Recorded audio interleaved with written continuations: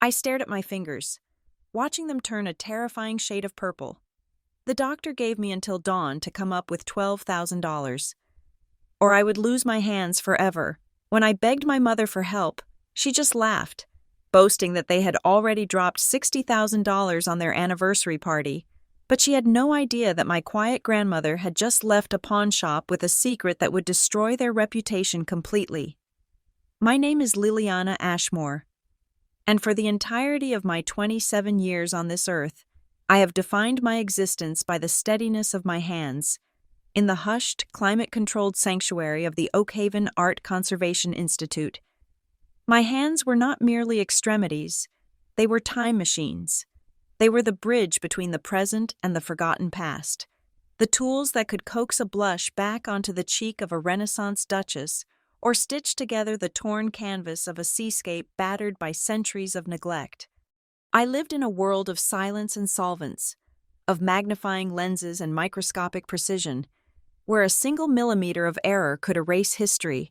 I never imagined that my own history, my own future, would be erased by something as trivial as a drop of liquid and a moment of bad luck.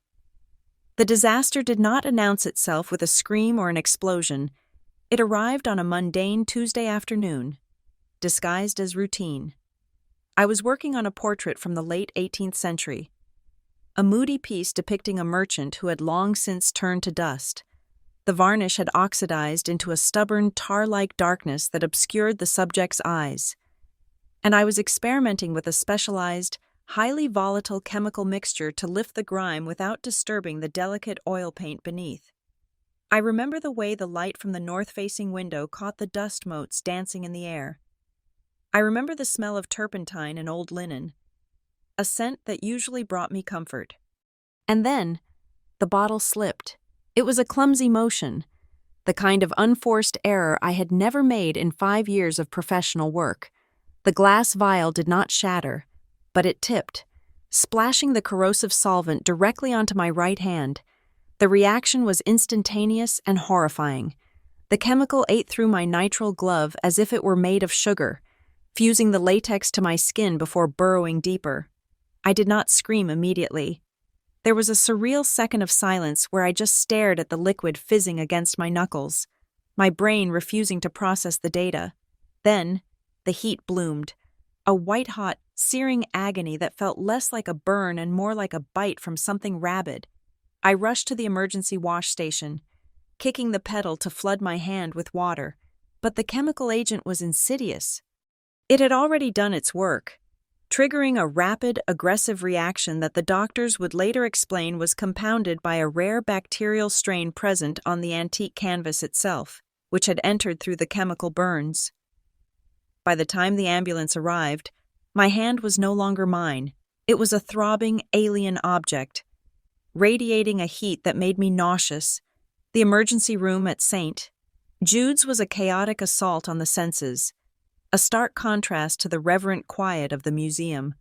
Fluorescent lights buzzed with a headache-inducing frequency, and the air smelled of stale coffee and antiseptic. I sat on the edge of a gurney, shivering despite the heavy blanket a nurse had thrown over my shoulders. My right arm was elevated, wrapped in sterile gauze that was already weeping a terrifying yellow fluid. When Dr. Aris finally pulled back the curtain, his expression was grim. He was a specialist in microsurgery, a man whose hands were likely insured for millions, just as I had always dreamed mine would be. He did not sugarcoat the situation. He unwrapped the bandages, and I forced myself to look. The sight made my stomach lurch. The skin from my knuckles to my wrist was angry and mottled, turning a deep, bruised violet that bordered on black.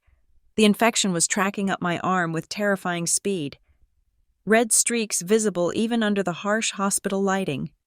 Liliana. Doctor, Aris said, his voice low and devoid of pity. We are looking at a severe chemical necrosis that has compromised the fascia and is attacking the nerve endings. The infection is aggressive. If we do not intervene surgically to debride the dead tissue and perform a nerve graft, the necrosis will spread. You will lose the hand. In a worst-case scenario, if it reaches the bloodstream, you could lose the arm or your life. The room seemed to tilt on its axis. "Lose the hand?" I whispered. The words felt heavy, impossible. "I am a conservator. I need my fingers. I need the sensation. I need the dexterity." "We can save the hand," he interrupted, checking his watch. "But we have a very narrow window. The tissue death is accelerating. We need to be in the operating room within 36 hours, ideally sooner. We need to perform a skin graft and microsurgery to salvage the nerves." 36 hours, 1.5 days. It felt like a lifetime and a heartbeat all at once. I nodded, tears finally spilling over. "Do it," I said. "Please, just save my hand." That was when the real nightmare began. It was not the biology that failed me, but the bureaucracy. An hour later, a woman from the billing department entered my cubicle. She held a clipboard against her chest like a shield. She looked tired, overworked, and apologetic, which somehow made the news she carried even worse. "Ms. Ashmore," she began, refusing to meet my eyes. "We have run your insurance information. I see here that Oakhaven changed providers effective the 1st of this month?" "Yes," I said, my voice trembling. "We switched to a new plan, but I am covered." "Technically, yes," she said, tapping the paper with a pen. "However, there is a standard 30-day administrative gap during the transfer of providers where non-emergency claims are subjected to a review period. Because this surgery involves plastic reconstruction and nerve grafts, the new insurance company has flagged it as elective pending a review." "Elective?" I nearly shrieked, the monitor beside me beeping faster as my heart rate spiked. "My hand is rotting. How is that elective?" "They will likely approve it eventually," she said, her voice monotone, reciting a script she had used 1,000 times. "But that review takes 5 to 7 business days. Doctor, Aris says you do not have 5 days. You have 36 hours. "So what do I do?" I asked, a cold sweat breaking out on my forehead that had nothing to do with the fever starting to burn in my blood. "You can proceed as a self-pay patient for the urgent procedure," she said softly. "We require a 50% deposit of the estimated surgical and anesthesia costs to book the operating room and the surgical team. The remaining balance can be put on a payment plan." "How much?" I asked. The air in the room felt too thin to breathe. "The total estimate is $24,000, she said. "We need a deposit of $12,000 before tomorrow morning to schedule the surgeon." $12,000. The number hung in the air between us, heavy and suffocating. To some people, perhaps to the people I shared a last name with. $12,000 was a vacation. It was a handbag. It was a rounding error in a quarterly report. But for me, I closed my eyes, doing the mental math I already knew the answer to. I had spent the last 5 years living frugally, pouring every spare cent into paying off the student loans for my master's degree in art history and conservation. I ate instant noodles. I walked to work to save on bus fare. I mended my own clothes. Just last month, I had made the final payment, feeling a surge of incredible pride that I was finally debt-free. I had felt so responsible, so adult. But the cost of that responsibility was an empty bank account. I had exactly $2,040 in my savings account. That was it. No assets, no car to sell, no stocks to liquidate. "I have 2,000, I said, my voice sounding small and pathetic. The woman shook her head. "I am sorry, Ms. Ashmore. The policy is strict. The hospital has been burned on emergency surgeries before. Without the $12,000 up front, we cannot book the OR for this specific procedure. We can offer you antibiotics and pain management, but the reconstructive surgery is unavailable. Antibiotics would keep me alive. They would not save my hands. They would not stop the nerves from dying. If I did not get that surgery, I would be left with a claw, a stiff, useless, scarred object where my livelihood used to be." I lay back against the harsh pillows, staring at the ceiling tiles. The pain in my hand was a constant, throbbing drumbeat, but the fear in my chest was sharper. It was a cold, sliding sensation, like falling down a well, I was going to lose everything, not just a hand, but me. If I could not restore art, who was I? I was just a 27-year-old woman with no money, no skills applicable to the real world, and a disability that would make even basic tasks a struggle. The Oakhaven Institute would have to let me go. They needed surgeons of the canvas, not cripples. I would be unemployed. I would be destitute. The dreams I had harbored since I was a little girl, of being the one to discover a lost Da Vinci, of running my own studio, were evaporating under the heat of the hospital lights. Desperation is a strange flavor. It tastes like copper and shame. My eyes drifted to the phone on the bedside table. It was a sleek black rectangle, an object that connected me to the entire world, yet I felt more isolated than a castaway on a desert island. There was one option, one lifeline. My parents, Richard and Patricia Ashmore. They lived in a gated community less than 20 miles away, in a house that looked like a fortress of beige stucco and manicured ivy. They were wealthy, not in the way of billionaires, but in the comfortable, flashy way of upper-middle-class climbers who measured their self-worth by the make of their cars and the zip code of their vacation homes. They had the money, I knew they did. $12,000 was accessible to them. But the thought of dialing their number made my throat constrict tighter than the infection ever could. Our relationship was not broken. Exactly. It was transactional. I was their daughter. But I was also a disappointment. I had chosen art over business. I had chosen a quiet life over a high-powered marriage. I had refused to be the trophy daughter they could parade at country club dinners. In return, they had cut me off financially the day I graduated college. "Sink or swim, Liliana," my father had said, swirling his scotch. "We are done subsidizing mediocrity." Calling them now meant admitting defeat. It meant proving them right, that I could not make it on my own, that art was a foolish pursuit, that I was incapable of managing my own life. It meant surrendering my independence, the one thing I had fought so hard to keep.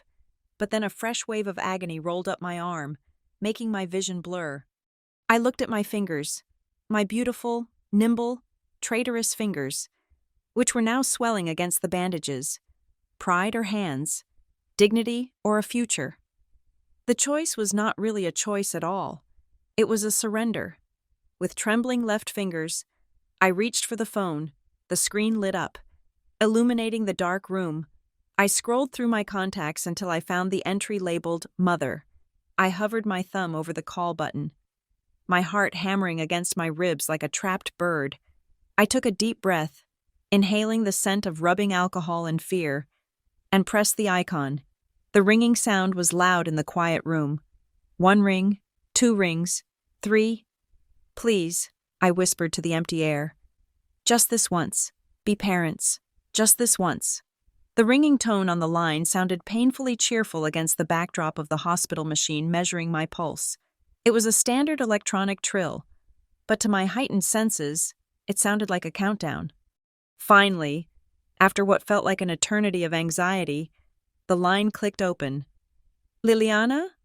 Darling, you have terrible timing," my mother's voice chirped, not waiting for a greeting. "I am standing in the middle of the fitting room at Madame Leclerc's, and the lighting in here is absolutely unforgiving. Tell me, do you think champagne gold is too cliché for a silver wedding anniversary? Or should I pivot to a dusty rose?" The background noise was a soft rustle of expensive fabric and the murmur of obsequious shop assistants. I could picture her perfectly, Patricia Ashmore, standing before a 3-way mirror, critically pinching the skin at her waist, oblivious to the fact that her daughter was lying in a pool of chemical agony 20 miles away. "Mom, please, I need you to listen to me," I said, my voice cracking. I gripped the phone tighter with my left hand, the plastic digging into my palm. "I am at St. Jude's Hospital. There was an accident at the lab, a chemical spill." "Oh, honestly, Liliana," she sighed, the sound of a zipper being aggressively pulled interrupting her. "You are always so dramatic. Did you spill some paint on your jeans? Just soak it in club soda. Now, focus." The dusty rose matches the centerpieces we ordered from Italy. But your father thinks it washes me out. Mom, stop! I shouted, the volume of my own voice startling a nurse passing by the hallway. I lowered my tone, trembling. It is not paint. I have severe chemical burns on my right hand. The doctors say necrotic tissue is spreading. If I do not get surgery by tomorrow morning, they have to amputate. I could lose my hand. Mom, my career, everything. There was a pause on the line. For a second, I thought the gravity of the situation had finally pierced her bubble of narcissism. I thought, briefly, that the mother who used to put Band-Aids on my scraped knees might reappear. Amputate? She repeated, the word rolling around her mouth like a distasteful piece of food. That sounds incredibly extreme. Are you sure you are not exaggerating for effect? You know how you get when you want attention. I am looking at my fingers turning black. Mom, I said, tears leaking from the corners of my eyes. The insurance is in a blackout period. I need $12,000 for the deposit, right now, or they will not operate. $12,000? Her tone shifted instantly from dismissive to icy. Liliana, we do not have that kind of liquid cash lying around just to throw at your clumsiness. You do, I pleaded. I know you do. Dad just posted about the stock portfolio last week. That money is allocated, she snapped. We have already put down $60,000 in non-refundable deposits for the vow renewal next month. $60,000, Liliana. The catering alone was $15,000. And then there is the second honeymoon to the Amalfi Coast. We cannot just drain the accounts because you were careless at work. Careless? I choked out. It was an accident. And this is my hand. Are you seriously comparing my limb to a party? It is not just a party, she corrected me, her voice sharp with indignation. It is a celebration of 25 years of endurance. It is a social statement. People are flying in from all over the country. We cannot look like we are cutting corners. Besides, her voice softened, taking on a sickeningly sweet, patronizing quality. This might be good for you. You have always had things too easy. A true artist needs to suffer, right? Consider this a lesson in risk management. You will figure it out. You always do. I cannot figure out $12,000 in 12 hours, I cried. Mom, please, I will pay you back. Every cent. Just don't let them cut my hand off. I have to go. Liliana, she said, her attention already shifting. Madame Leclerc is bringing out the tool samples, and if I do not choose now, we will miss the shipping window. Put some ice on it. We will see you at the party. Try to find a dress that covers the bandage. We want the photos to look elegant. The line went dead. I stared at the phone, the silence ringing in my ears louder than the dial tone. She had chosen tool samples over my flesh. She had chosen a photo opportunity over her daughter's future. My stomach twisted violently. I dry-heaved, bile burning my throat. But there was nothing to bring up. I had not eaten since breakfast. The pain in my right arm was now a roaring fire, pulsing in time with my heartbeat. But the coldness spreading through my chest was worse. I had one card left to play. My father, Richard Ashmore, was a man of logic.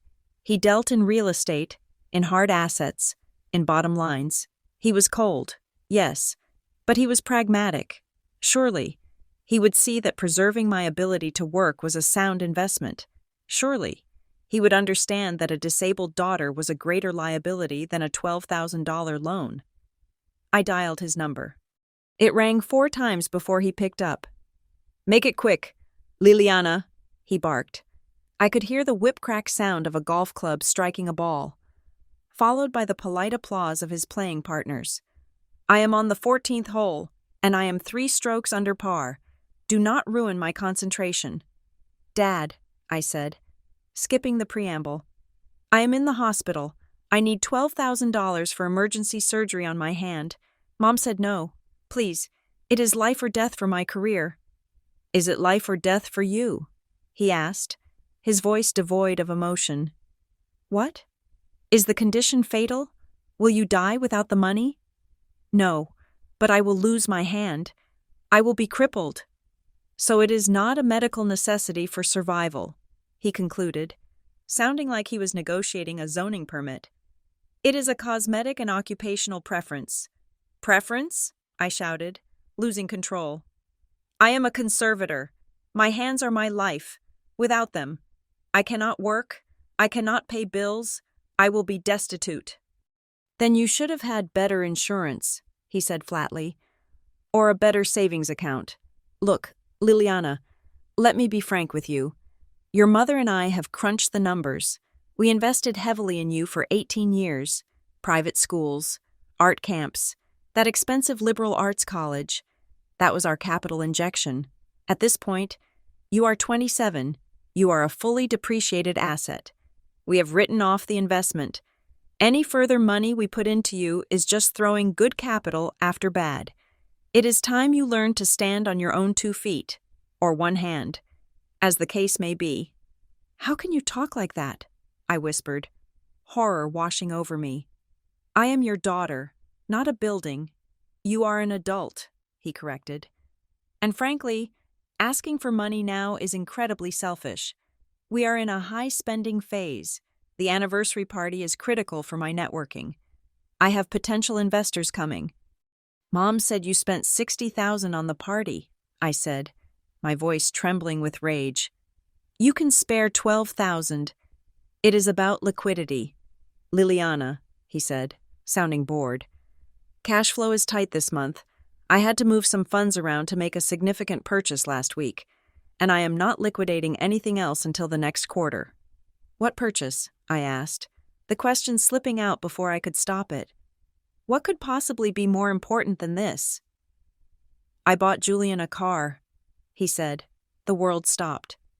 You what?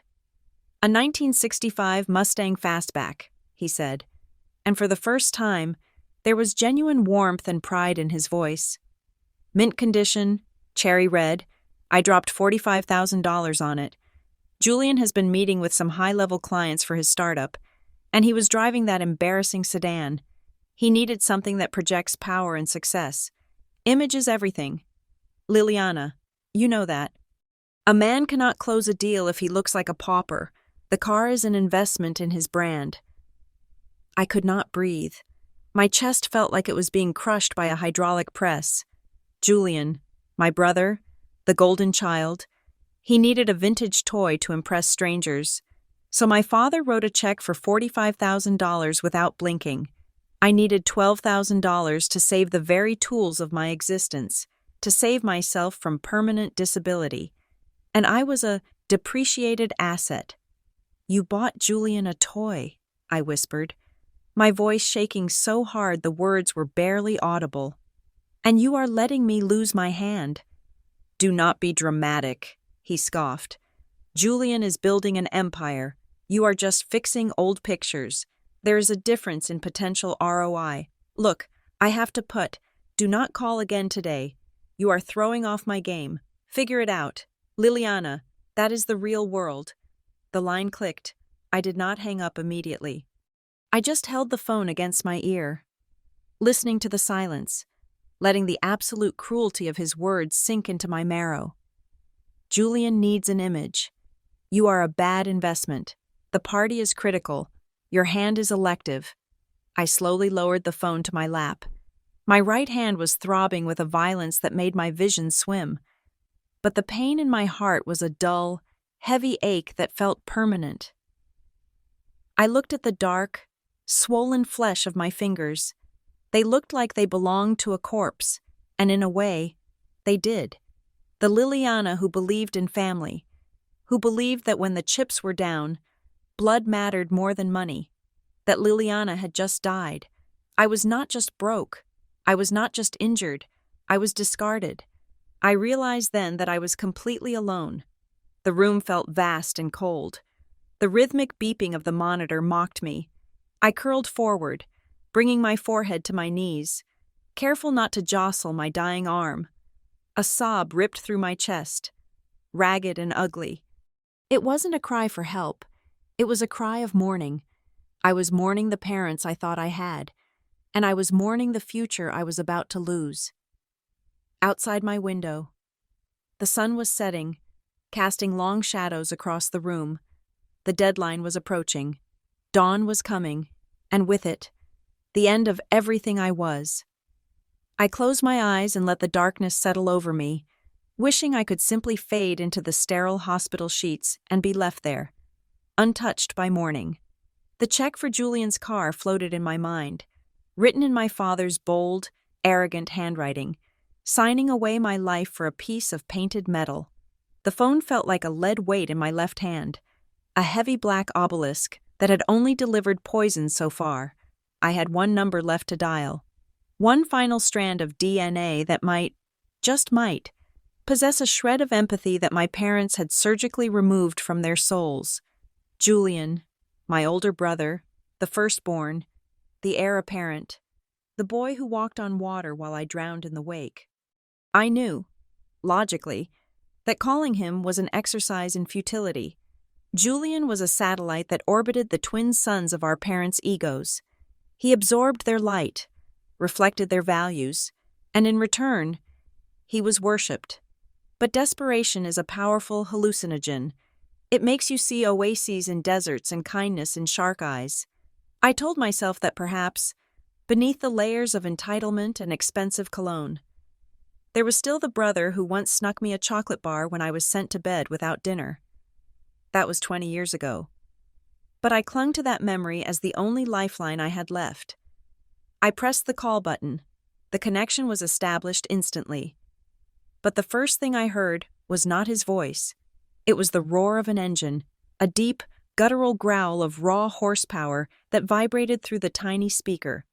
Then came the bass-heavy thumping of electronic dance music and the shrill laughter of a woman. "Yo!" Julian's voice boomed, loud and distorted by the wind rushing past his microphone. "Who is this? I am driving."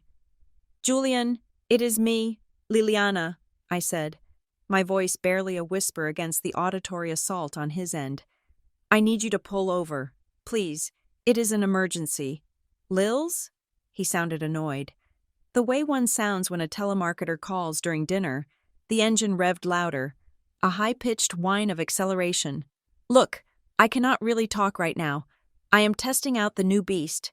Dad told you about it, right? 1965 fastback, cherry red. This thing handles like a dream. 0 to 60 in, 6 seconds. It is insane." The car. The $45,000 toy. "Julian, listen to me," I cut in, fighting the urge to vomit. "I am in the hospital. St. Jude's. I have a severe chemical burn. My hand is dying. Julian, I need surgery tomorrow morning or they are going to amputate it." The engine noise dipped slightly, as if he had eased off the gas. "Whoa, heavy," he said, but his tone lacked the sharp edge of panic I expected. It was the tone one uses when hearing about bad weather in another country. "Dad mentioned you called him. Said you were freaking out about money." "I am not freaking out. I am in danger," I said, my teeth chattering from the fever that was beginning to curl around my spine. "I need $12,000 for the deposit. Mom and Dad refused. They said they spent it all on the party and your car. You have to help me. Please. Julian, you can talk to them. Or maybe you can lend it to me? You just got that bonus you bragged about on Instagram." There was a pause. In the background, the woman laughed again, a vacuous, tinkling sound. "Wait," Julian said, his voice hardening. "So you are asking me to cough up 12 grand? Right now?" "It is a loan," I cried. "I will pay you back with interest. I just need to save my hand." "Lils, come on," he sighed, the sound of a man burdened by a slow child. "Do not be selfish." The word hit me like a physical slap. "Selfish?" "Yeah, selfish," he said, his voice rising with conviction. "You know how stressed Mom and Dad are right now. This vow renewal is huge for them. It is not just a party. It is a branding event.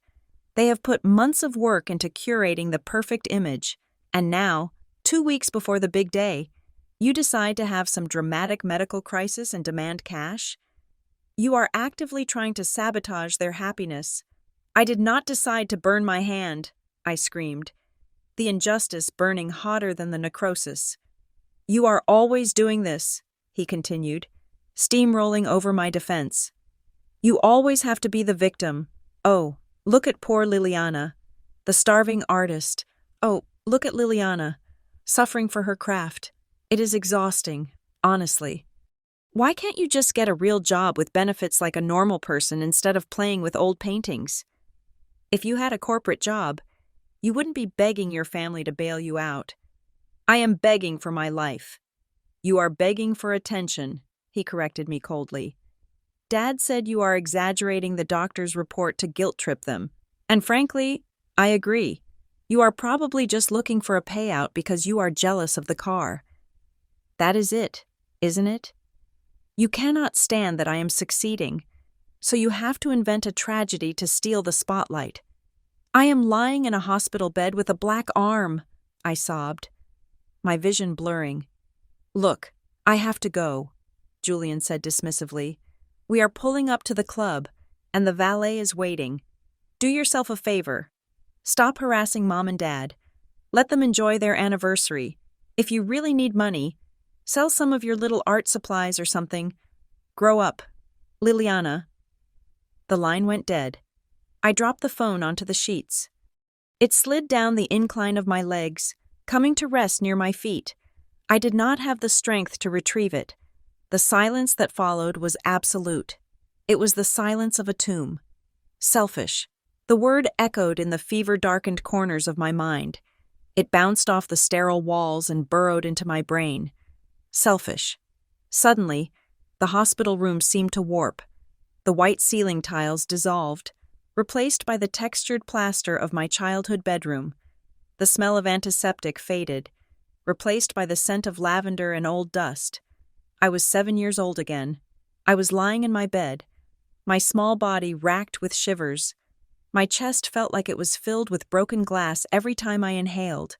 I had been coughing for 3 days, a deep, rattling cough that kept the whole house awake. My skin was burning hot to the touch. "Mommy?" the 7-year-old me whispered into the darkness.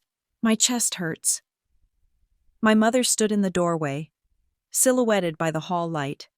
She was dressed for a gala, shimmering in a silver gown, diamonds glittering at her throat. She did not come in.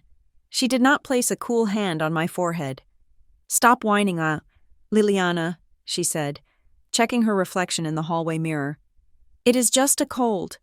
You are making yourself sick because you do not want to go to school tomorrow.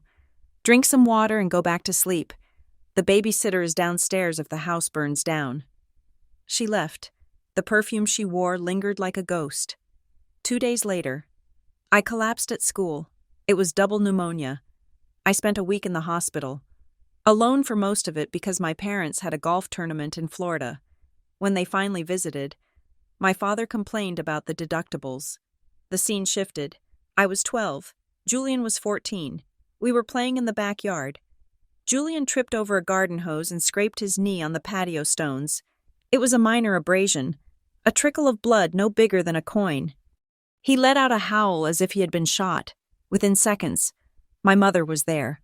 She scooped him up, her face pale with terror. "My poor baby.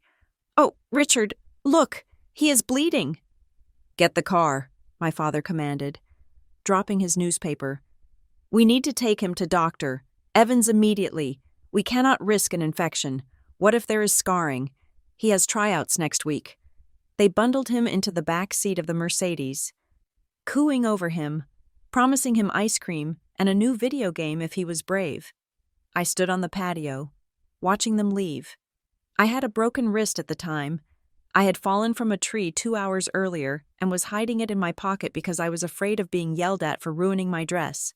I watched the taillights fade, cradling my swollen, purple wrist, understanding for the first time that pain is a currency, and mine had no value in this house. The memory dissolved into the harsh white light of the present. I blinked, disoriented. The fever was definitely higher now. My thoughts were sluggish, like swimming through syrup. I looked down at my right arm. The bandage was soaked through. The yellow stain had darkened to a rusty brown. But what terrified me was what lay above the gauze. A thin, jagged line of black, like ink drawn on wet paper, was creeping past my wrist bone. It was moving up my forearm. The necrosis was traveling. "No," I whispered, my voice raspy. "Please, no." I tried to sit up, but the room spun violently. I slumped back, gasping. The door opened with a soft swish. A nurse walked in. It was not the stern woman from before. This one was younger, with tired eyes and a messy bun of brown hair. Her name tag read Sarah. She took one look at me and rushed to the bedside. "Ms. Ashmore?" she asked, her voice gentle. She placed a hand on my forehead. Her skin felt impossibly cool against my burning face. "You are burning up. Let me check your vitals." She worked quickly, wrapping the blood pressure cuff around my good arm, sticking a thermometer in my ear. She checked the monitor and frowned deeply. Then she looked at my bandaged hand. She gently lifted the edge of the dressing. I saw her eyes widen. She hissed in a breath through her teeth. "Is it bad?" I asked, though I already knew the answer.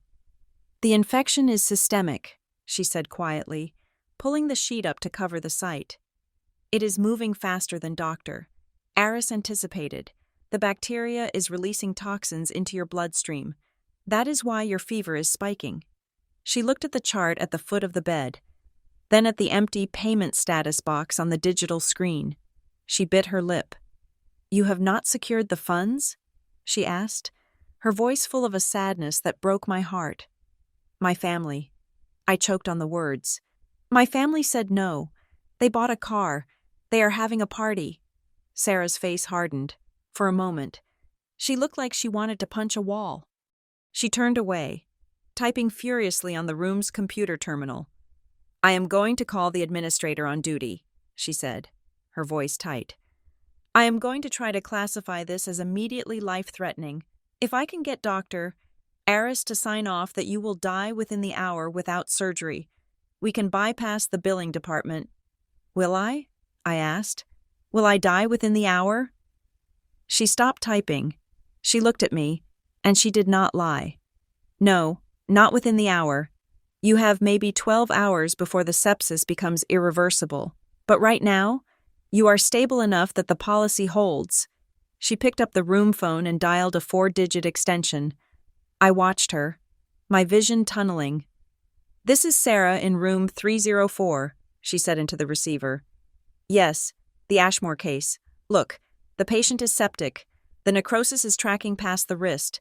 We need to override the deposit requirement. I know what the policy says. Damn it. She is going to lose the arm." "No, she does not have the money. Her family is unavailable. Please, just call the risk management officer. Hello? Hello?" She slammed the phone down into the cradle. The plastic cracked slightly. She stood there for a moment, her back to me, her shoulders heaving. Then she turned around. Her eyes were wet. "I am sorry," she whispered. "They said no. They said unless your heart stops or your blood pressure crashes. It is still considered a limb salvage procedure and not life-saving intervention under the new coding guidelines. They won't unlock the OR schedule without the deposit." "It is okay," I said, though it wasn't. "Thank you for trying." "Sarah, it is not okay," she replied fiercely. She came over and adjusted my IV drip, increasing the flow of fluids. "I am going to up your antibiotics and give you something stronger for the pain. It might buy us a little time. Maybe someone else will call. Do you have any other friends? Anyone?" I shook my head. My friends were other conservationists, struggling artists, grad students drowning in debt. None of them had $500, let alone $12,000. "Just my parents," I murmured, my eyes closing as the fatigue dragged me down. "Just Julian." "I will be back in 20 minutes to check your temp," Sarah said. She squeezed my left hand, my good hand, and left the room. Turning the lights low, I lay in the semi-darkness. The red numbers on the digital clock stared at me. 8 p.m. Doctor. Aris had said dawn. Dawn was around 6:30 in the morning. I had roughly 10 hours, maybe 12 if I was lucky. I could feel the poison moving in my veins. It felt like tiny insects crawling under my skin, inching their way toward my heart. But the pain in my arm was nothing compared to the clarity that was rising through the fever. My brother had called me selfish for dying. My mother had chosen a tablecloth over my hands. My father had calculated my depreciation value. I was not a daughter to them. I was a failed investment. I was a stain on their perfect white carpet.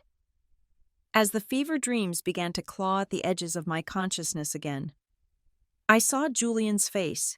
He was laughing, driving his cherry-red Mustang over a road made of my paintings, the tires shredding the canvases I had spent my life restoring. My parents sat in the back seat, drinking champagne, cheering him on.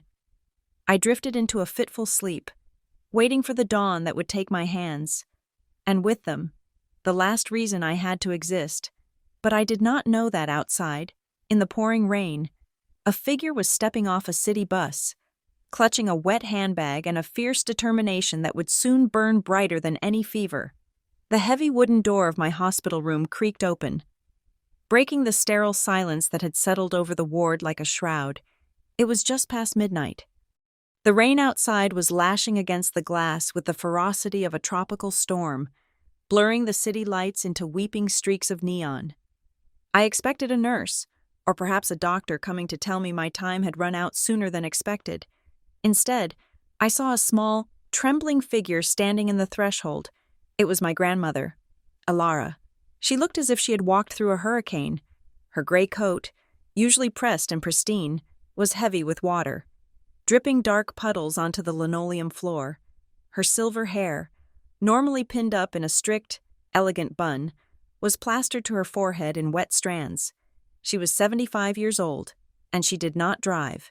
She had taken the crosstown bus, transferring twice in the middle of a deluge. To get to me, the realization hit me harder than the pain in my arm. My parents would not drive their climate-controlled luxury sedans 20 minutes to save my career. But my grandmother had navigated the city transit system in a storm just to be here. "Grandma," I croaked, my throat raw from crying. "You shouldn't be here. It is pouring." She did not say a word. She simply closed the door behind her and walked to the side of my bed. She did not look at the monitors. She did not look at the clock. Her eyes, the same pale blue as mine, locked onto my face. She did not ask me how I had been so clumsy. She did not ask why I had not saved more money. She did not lecture me about risk management or the price of tablecloths. She reached out with a hand that was cold from the rain, but warm with life, and she gently touched my cheek. "Does it hurt very much, my little bird?" she asked, her voice cracking slightly. "Yes," I whispered, the dam breaking again. "Grandma, I am going to lose it. I am going to lose my hand. I need $12,000 by dawn, and Mom and Dad said no." Alara's face didn't change. She didn't look surprised. A shadow of old, familiar disappointment crossed her eyes. But she pushed it away instantly. She was a woman who had buried a husband and raised a daughter who had become a stranger to her.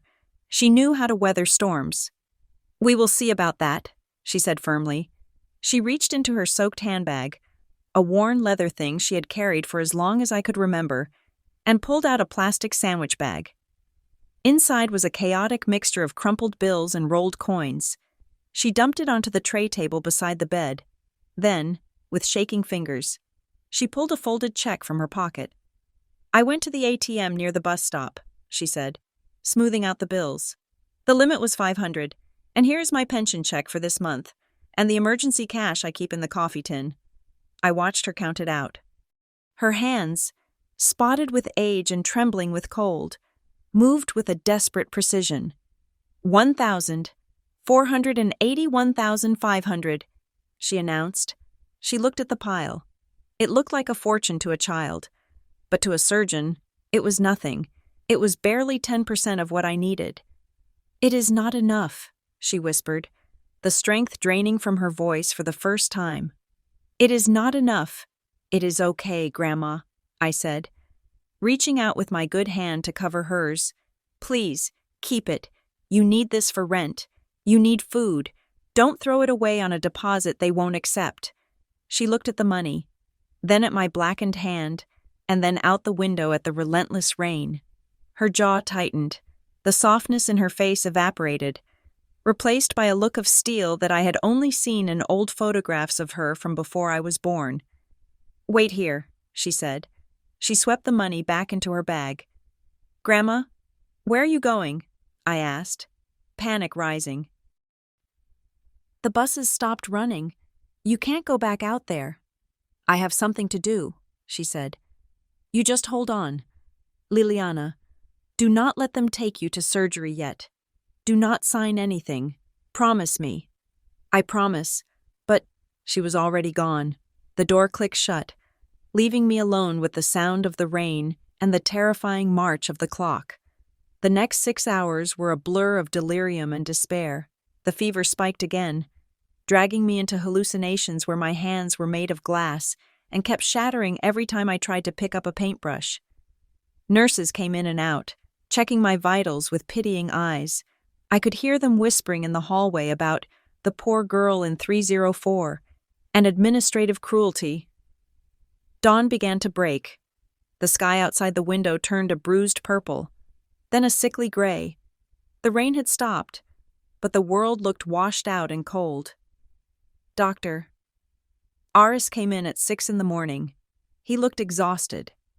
"Liliana," he said gently, "we are out of time. The necrosis has reached the distal forearm. Without the deposit, the hospital administration has officially denied the reconstructive surgery. We have to schedule the amputation to stop the sepsis. It is necessary to save your life now." "No," I whispered. "My grandmother said to wait." "Liliana," he sighed, putting a hand on my shoulder. "Your grandmother is a sweet woman, but unless she won the lottery last night, we have to face reality." "Just 5 more minutes," I begged. "Please." He looked at his watch. 5 minutes. That is all I can give you." He turned to leave, but before he could reach the door, it swung open. Alara stood there. She was no longer wet, but she looked as if she had aged 10 years in a single night. Her skin was gray, her eyes sunken with fatigue, but she was standing tall, her spine straight as a rod. She walked past the doctor as if he were a piece of furniture and came straight to me. She did not say a word. She simply reached into her coat and pulled out a thick manila envelope. She placed it in my good hand. It was heavy. "Count it," she said, her voice hoarse. I opened the flap. Inside were stacks of $100 bills, bound with rubber bands. They smelled of old paper and dust. $10,500, she said. "With the $1,500 I had last night, that makes $12,000. Doctor." Aris stepped forward, stunned. "Mrs. Vance, this is the deposit," she interrupted him, her voice sharp. "Book the operating room. Now. Save my granddaughter's hand." The doctor nodded, energized by the sudden turn of events, and rushed out of the room to make the call. I stared at the money. $10,000. Where on earth had she gotten $10,000 in the middle of the night? She lived on a fixed income. She clipped coupons. She turned the heat down in winter to save on gas. Then, I looked at her. She was taking off her coat, her movements slow and stiff. As she hung it on the hook, I saw her dress underneath. It was her Sunday best, a modest navy blue dress with a high collar, but something was missing. My heart stopped. For as long as I had been alive, for every single day of the last 50 years.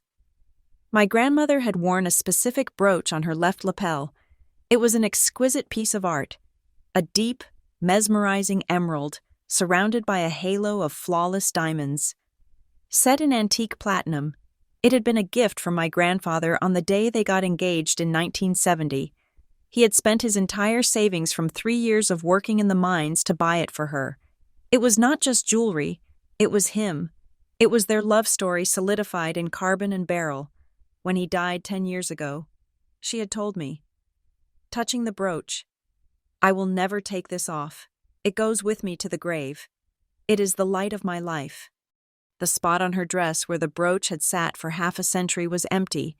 The fabric was slightly less faded there, a ghost of the treasure that had shielded her heart.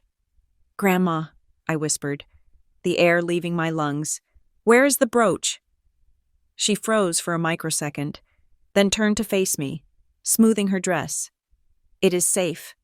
"You sold it," I said, the realization crashing down on me like a physical blow. "You sold Grandpa's brooch." "I found a buyer," she said simply. "Mr. Thomas, the antique dealer. He has admired it for years. I called him at 3 in the morning.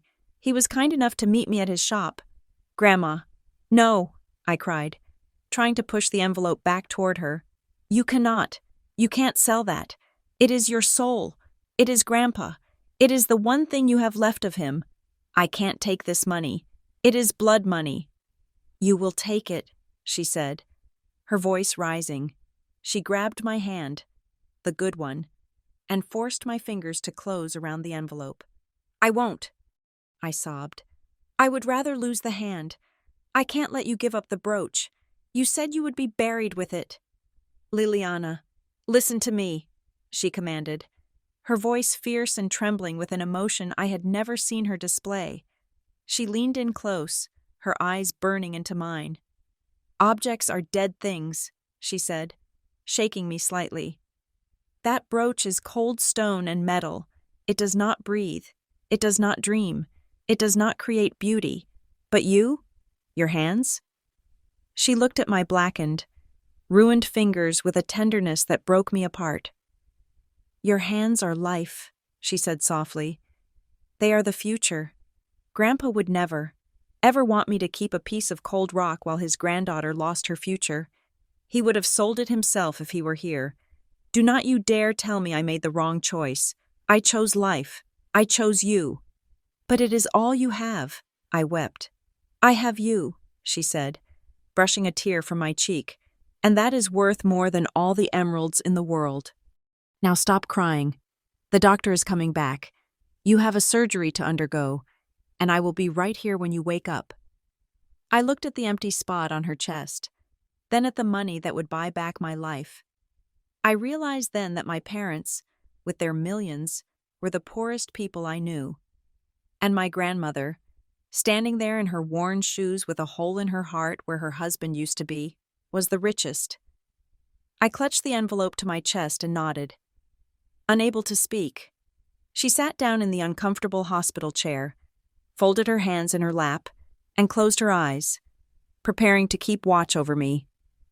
Just as she always had, the anesthesia faded, not like a lifting fog, but like a heavy, waterlogged wool blanket being slowly peeled off my brain. The first thing that returned was the smell, sharp antiseptic, burning ozone, and the metallic tang of dried blood. The second was the sound of a steady, rhythmic beep that confirmed I was still tethered to the world of the living. I pried my eyes open. The recovery room was awash in the dim, blue-tinted light of early morning. "Doctor," Aris was standing at the foot of my bed, reviewing a chart with the kind of intense focus usually reserved for bomb defusal. "Liliana?" he asked, not looking up but sensing my consciousness. "Can you hear me?" "My hand," I rasped. My throat felt like it had been scrubbed with sandpaper. "Do I still have it?" He finally looked at me, and a tired, genuine smile broke through his clinical mask. "You do. It was a marathon. Liliana, 6 hours. We had to perform extensive debridement to remove the necrotic tissue. The chemical burns went deeper than we hoped, reaching the flexor tendons and the median nerve sheath. We harvested a skin graft from your left thigh to cover the defect." He moved to the side of the bed and gently elevated my right arm. It was wrapped in layers of heavy bandaging, propped up on a foam wedge. "I will not lie to you," he said, his voice dropping to a serious, professional register. "It is going to look different. The scarring will be significant. You have lost some sensation in the ring and pinky fingers, which may or may not return with physical therapy, but the structure is there. The motor function is preserved. You will be able to hold a brush again. It will take months of rehabilitation, but you are not an amputee." I let out a breath that turned into a sob. I had scars. I had nerve damage. but I was whole. The tools of my trade, the only things that made me feel valuable in a world that priced everything in dollars, were still attached to my body. "Thank you," I whispered. "Thank you." "Do not thank me. Doctor," Aris said, snapping the chart shut. "Thank the woman sleeping in the chair outside. She bullied the administration into accepting cash 5 minutes before the cutoff. I have seen a lot of things in this hospital, but I have never seen a grandmother move faster than a trauma team." While I lay in the recovery room, drifting in and out of a morphine-induced haze, I had no idea that my surgery was only one half of the drama unfolding in our quiet town of Oakhaven. Inside the sterile walls of St. Jude's, my body was knitting itself back together, but outside, in the rainy streets and the dusty corners of antique shops, the social fabric of the Ashmore family was beginning to unravel. It started, as these things often do, with a single object and a man with a conscience. Mr. Arthur Thomas was a fixture in Oakhaven. He owned Thomas Sons Antiquities, a shop that smelled of cedar and history, located just off Main Street. He was also the president of the Oakhaven Historical Preservation Society, the very same organization where my grandmother, Elara, had volunteered every Tuesday and Thursday for 20 years. He knew the provenance of every grandfather clock in the county, and he knew the secrets of every family that sold them. When Elara had knocked on his back door at 3 a.m, soaking wet and clutching the velvet box, Arthur had known something was terribly wrong. He had recognized the brooch immediately. It was an Edwardian piece, platinum filigree, set with a Colombian emerald of exceptional clarity. He knew Elara wore it like a badge of honor. He knew it was the only thing of real value she possessed. He had bought it because she gave him no choice, handing over the cash from his safe without haggling. But as dawn broke and the rain stopped, Arthur Thomas sat at his workbench, staring at the emerald under his jeweler's loupe. He did not put a price tag on it. He did not place it in the velvet-lined display case in the front window where the morning shoppers would see it. Instead, he placed it gently into his personal safe and locked the heavy iron door. Then, he made a phone call. His first call was to Mrs. Higgins, the treasurer of the Historical Society and the town's most efficient gossip. "Martha," he said, his voice grave, "you will never believe what just happened. Elara Vance just sold me her engagement brooch, the emerald one." "The Ashmore brooch?" Martha gasped on the other end. "But she said she would be buried in that. Why on earth would she sell it?" "To pay for her granddaughter's surgery," Arthur said, letting the words hang in the air.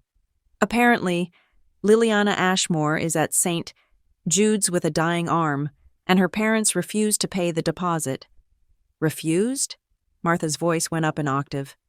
"But I just saw Patricia post a video of her new crystal chandeliers for the anniversary party. She said they cost $5,000 apiece." "Exactly," Arthur said. "That is why I am not selling the brooch. I am holding it hostage. I want you to call the board. We are going to start a collection. The Historical Society is going to buy this brooch back for Elara, but more importantly, people need to know. They need to know who the Ashmores really are."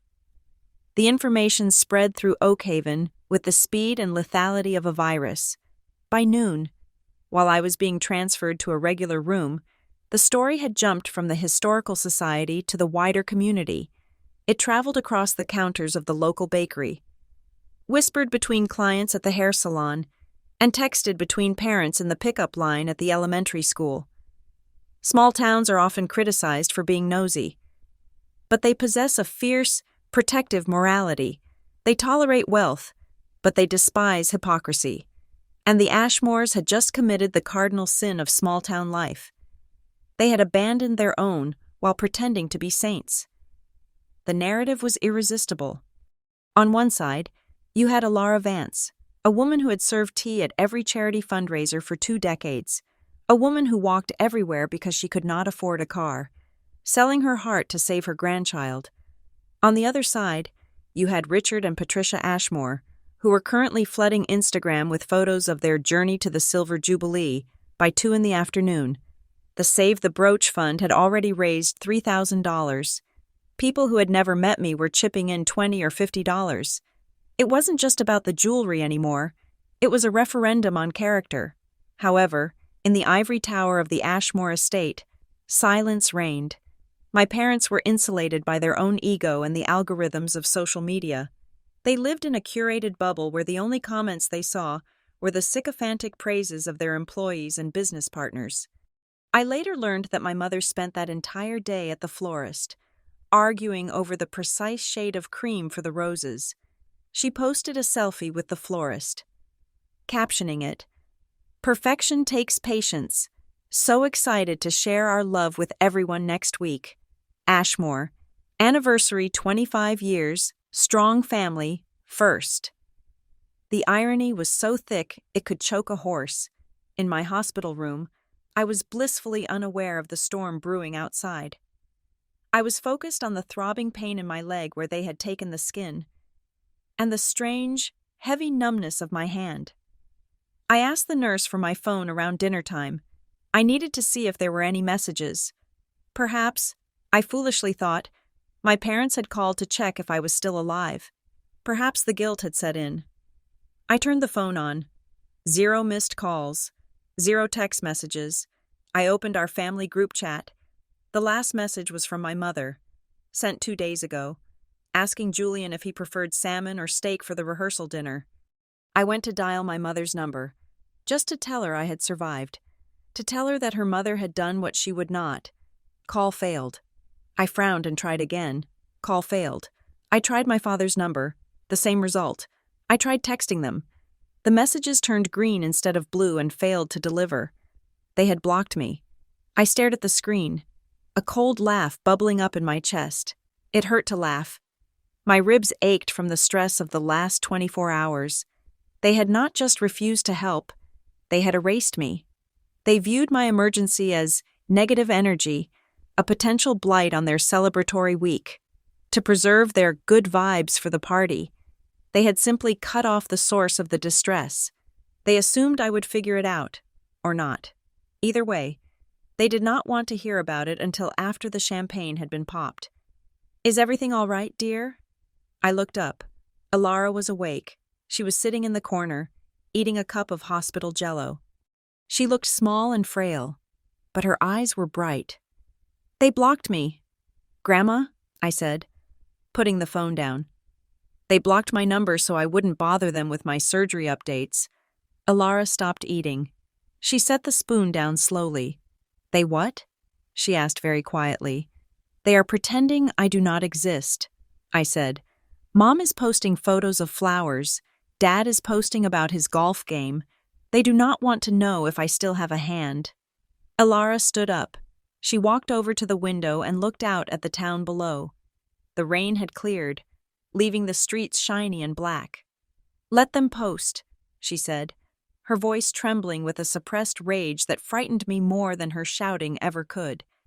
"Let them build their tower. The higher they build it, the further they will fall."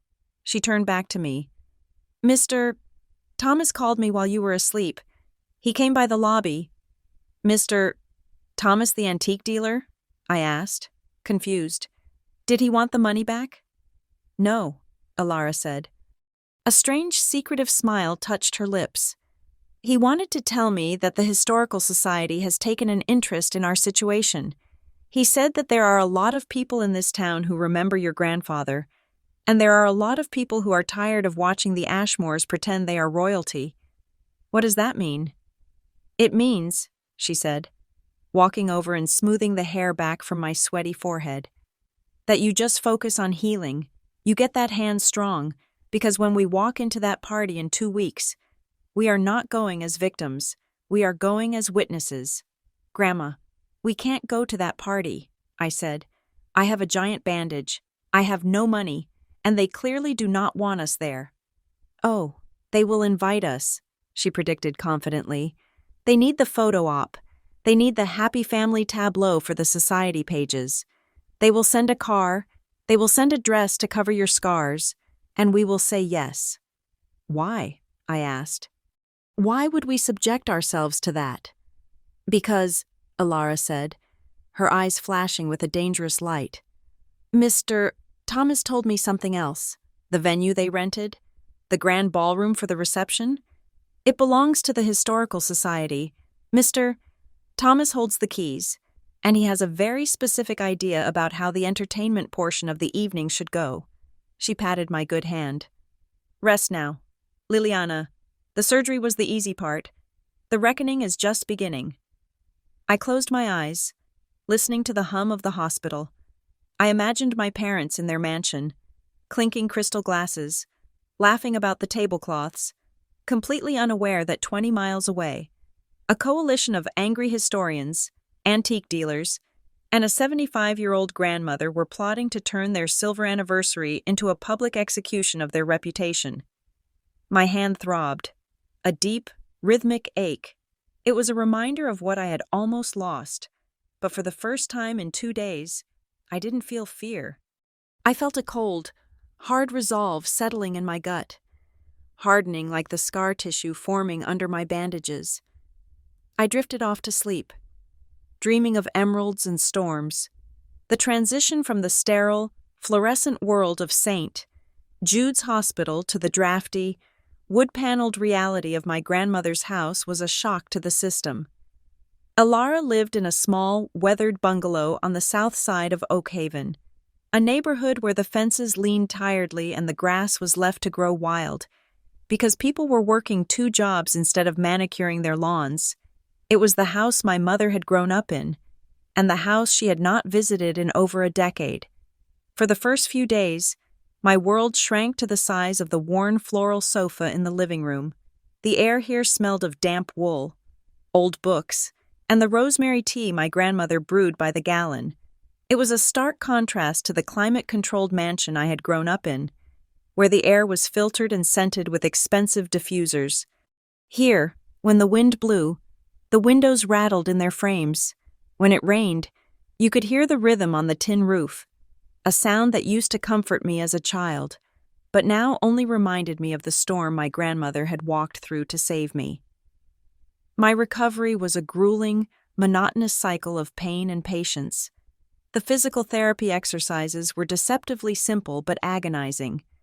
Squeeze a foam ball, hold for 5 seconds, release, repeat. Every contraction sent a lightning bolt of fire shooting up my forearm, a reminder of how close I had come to losing everything. My right hand, once my most trusted instrument, was now a swollen, stiff stranger wrapped in heavy gauze and a rigid plastic brace. Gently, Liliana, Alara would say, sitting in her rocking chair, knitting with a speed that made my heart ache with jealousy. The nerves are waking up. Pain means life. But the physical pain was manageable. It was the silence that festered. 2 weeks passed. 14 days of sunrises and sunsets. 336 hours. At that time, my phone sat on the coffee table like a dormant grenade. I checked it obsessively. Despite knowing that I had been blocked, I checked my email. I checked the mailbox at the end of the driveway. Nothing. No get-well-soon card. No flowers. No inquiries about whether the skin graft had taken or if the infection had cleared. It was as if I had ceased to exist the moment I became a financial liability. My parents were not just distant. They were surgically removing me from their narrative until I was convenient again. I imagined them in their high tower, clinking glasses, discussing the seating chart for the anniversary, perhaps telling people I was away on a sabbatical or busy with a major restoration project. The silence was a loud, violent thing. It confirmed every fear I had ever harbored, that their love was conditional, and the condition was perfection. Then, on a Tuesday afternoon, the silence was broken not by a phone call, but by the rumble of a diesel engine. I was sitting on the porch, wrapped in an old quilt, trying to catch the weak afternoon sun. A pristine white delivery van pulled up to the curb. It looked absurdly out of place on this street of rusted pickups and dented sedans. A courier in a crisp uniform hopped out, carrying a box so large it obscured his face. It was wrapped in silver paper with a satin ribbon the size of a dinner plate. He double-checked the address on his scanner, looking skeptically at the peeling paint of the porch railing, then at the name on the package. Delivery for Liliana Ashmore? He asked, sounding unsure. That is me, I said, not moving. I couldn't sign with my right hand, and I didn't have the energy to explain why. I need a signature, he said, holding out the tablet. Alara appeared at the screen door, wiping her hands on a dish towel. She looked at the massive silver box with a mixture of suspicion and distaste, as if it were a bag of trash. I will sign, she said curtly. She scrawled her name with her left hand.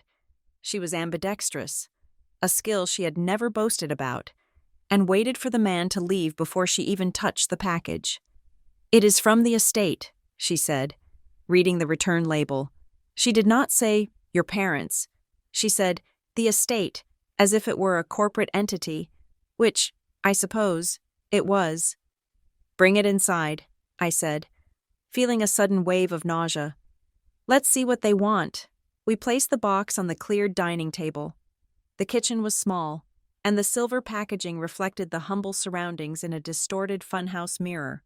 I reached out with my left hand and yanked the ribbon. It unspooled with a luxurious hiss. I tore the paper away to reveal a black box embossed with the logo of a high-end designer boutique in the city, the kind of place where you needed an appointment just to look at the scarves. I lifted the lid.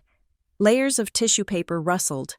I pushed them aside, and the scent of expensive lavender sachets wafted up, instantly masking the smell of Grandma's rosemary tea. Lying inside was a dress. It was breathtaking, objectively speaking, a floor-length gown made of heavy, liquid silk in a deep, midnight blue. It was the color of a bruised sky. But as I pulled it out, holding it up against my body with my good hand, I noticed the design. It had long sleeves, not just long, but billowing, dramatic bishop sleeves that gathered at the wrist with thick jeweled cuffs. They chose long sleeves, I whispered, the realization settling in my stomach like a stone. They picked a style specifically to hide the brace.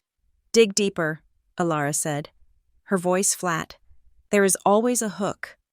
At the bottom of the box, resting on a bed of more tissue paper, was an envelope. It was not a normal envelope. It was made of heavy cardstock, cream-colored, and the edges were dipped in real gold leaf. It was so thick it felt like a tile. I opened it. Inside was the formal invitation to the Silver Jubilee, a vow renewal ceremony for Richard and Patricia Ashmore. The typography was embossed in gold script. It listed the venue, the Oakhaven Historical Manor, and the date. It was this Saturday. Clipped to the back of the invitation was a handwritten note on my mother's personal stationery. I recognized the penmanship immediately. Looping, sharp, and aggressive. I read it aloud, my voice trembling in the quiet kitchen. Liliana, the courier should deliver this by Tuesday. This is a custom piece from Valentino, so do not ruin it. We pulled a lot of strings to get it refitted for you on such short notice. Please ensure you wear this. The sleeves are designed to conceal that unsightly medical contraption on your arm. We have hired a photographer from Vogue for the family portraits, and we cannot have you looking like a casualty of war in the pictures. It would be incredibly distracting and would ruin the aesthetic of the evening. A car will pick you up at 5 o'clock sharp on Saturday. Do not be late, and for heaven's sake, try to smile. We are celebrating 25 years of success. Don't make this about your drama, love, Mom, Dad. I dropped the note on the table. It fluttered down, landing next to the gold-plated invitation. They don't want me, I said, staring at the silk dress that looked more and more like a shroud. They want a prop. They want the picture. They want to show the world they have a perfect family to go with their perfect bank account. If I don't go, people will ask questions. If I go and show my arm, people will ask questions. So they covered me up. I felt tears pricking my eyes, not of sadness, but of pure, unadulterated humiliation. They hadn't called to see if I was in pain.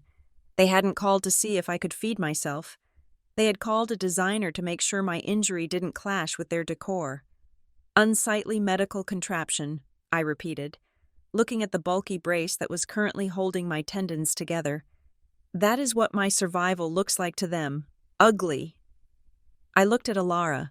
She had picked up the note. She was reading it, her lips moving silently.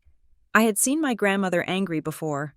I had seen her frustrated when the roof leaked or when the price of milk went up, but I had never seen the expression that was on her face now. It was a terrifying stillness.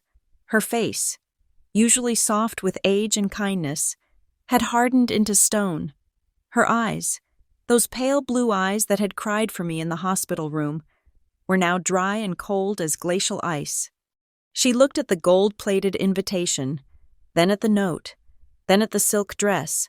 She didn't rip the note. She didn't throw the invitation. She placed them gently back on the table, aligning them with a frightening precision. "Grandma?" I asked, a shiver running down my spine. "They think they can buy silence with silk," she said, her voice barely above a whisper. "They think they can wrap you up in blue satin and pretend they didn't leave you to rot." "I am not going," I said, shaking my head.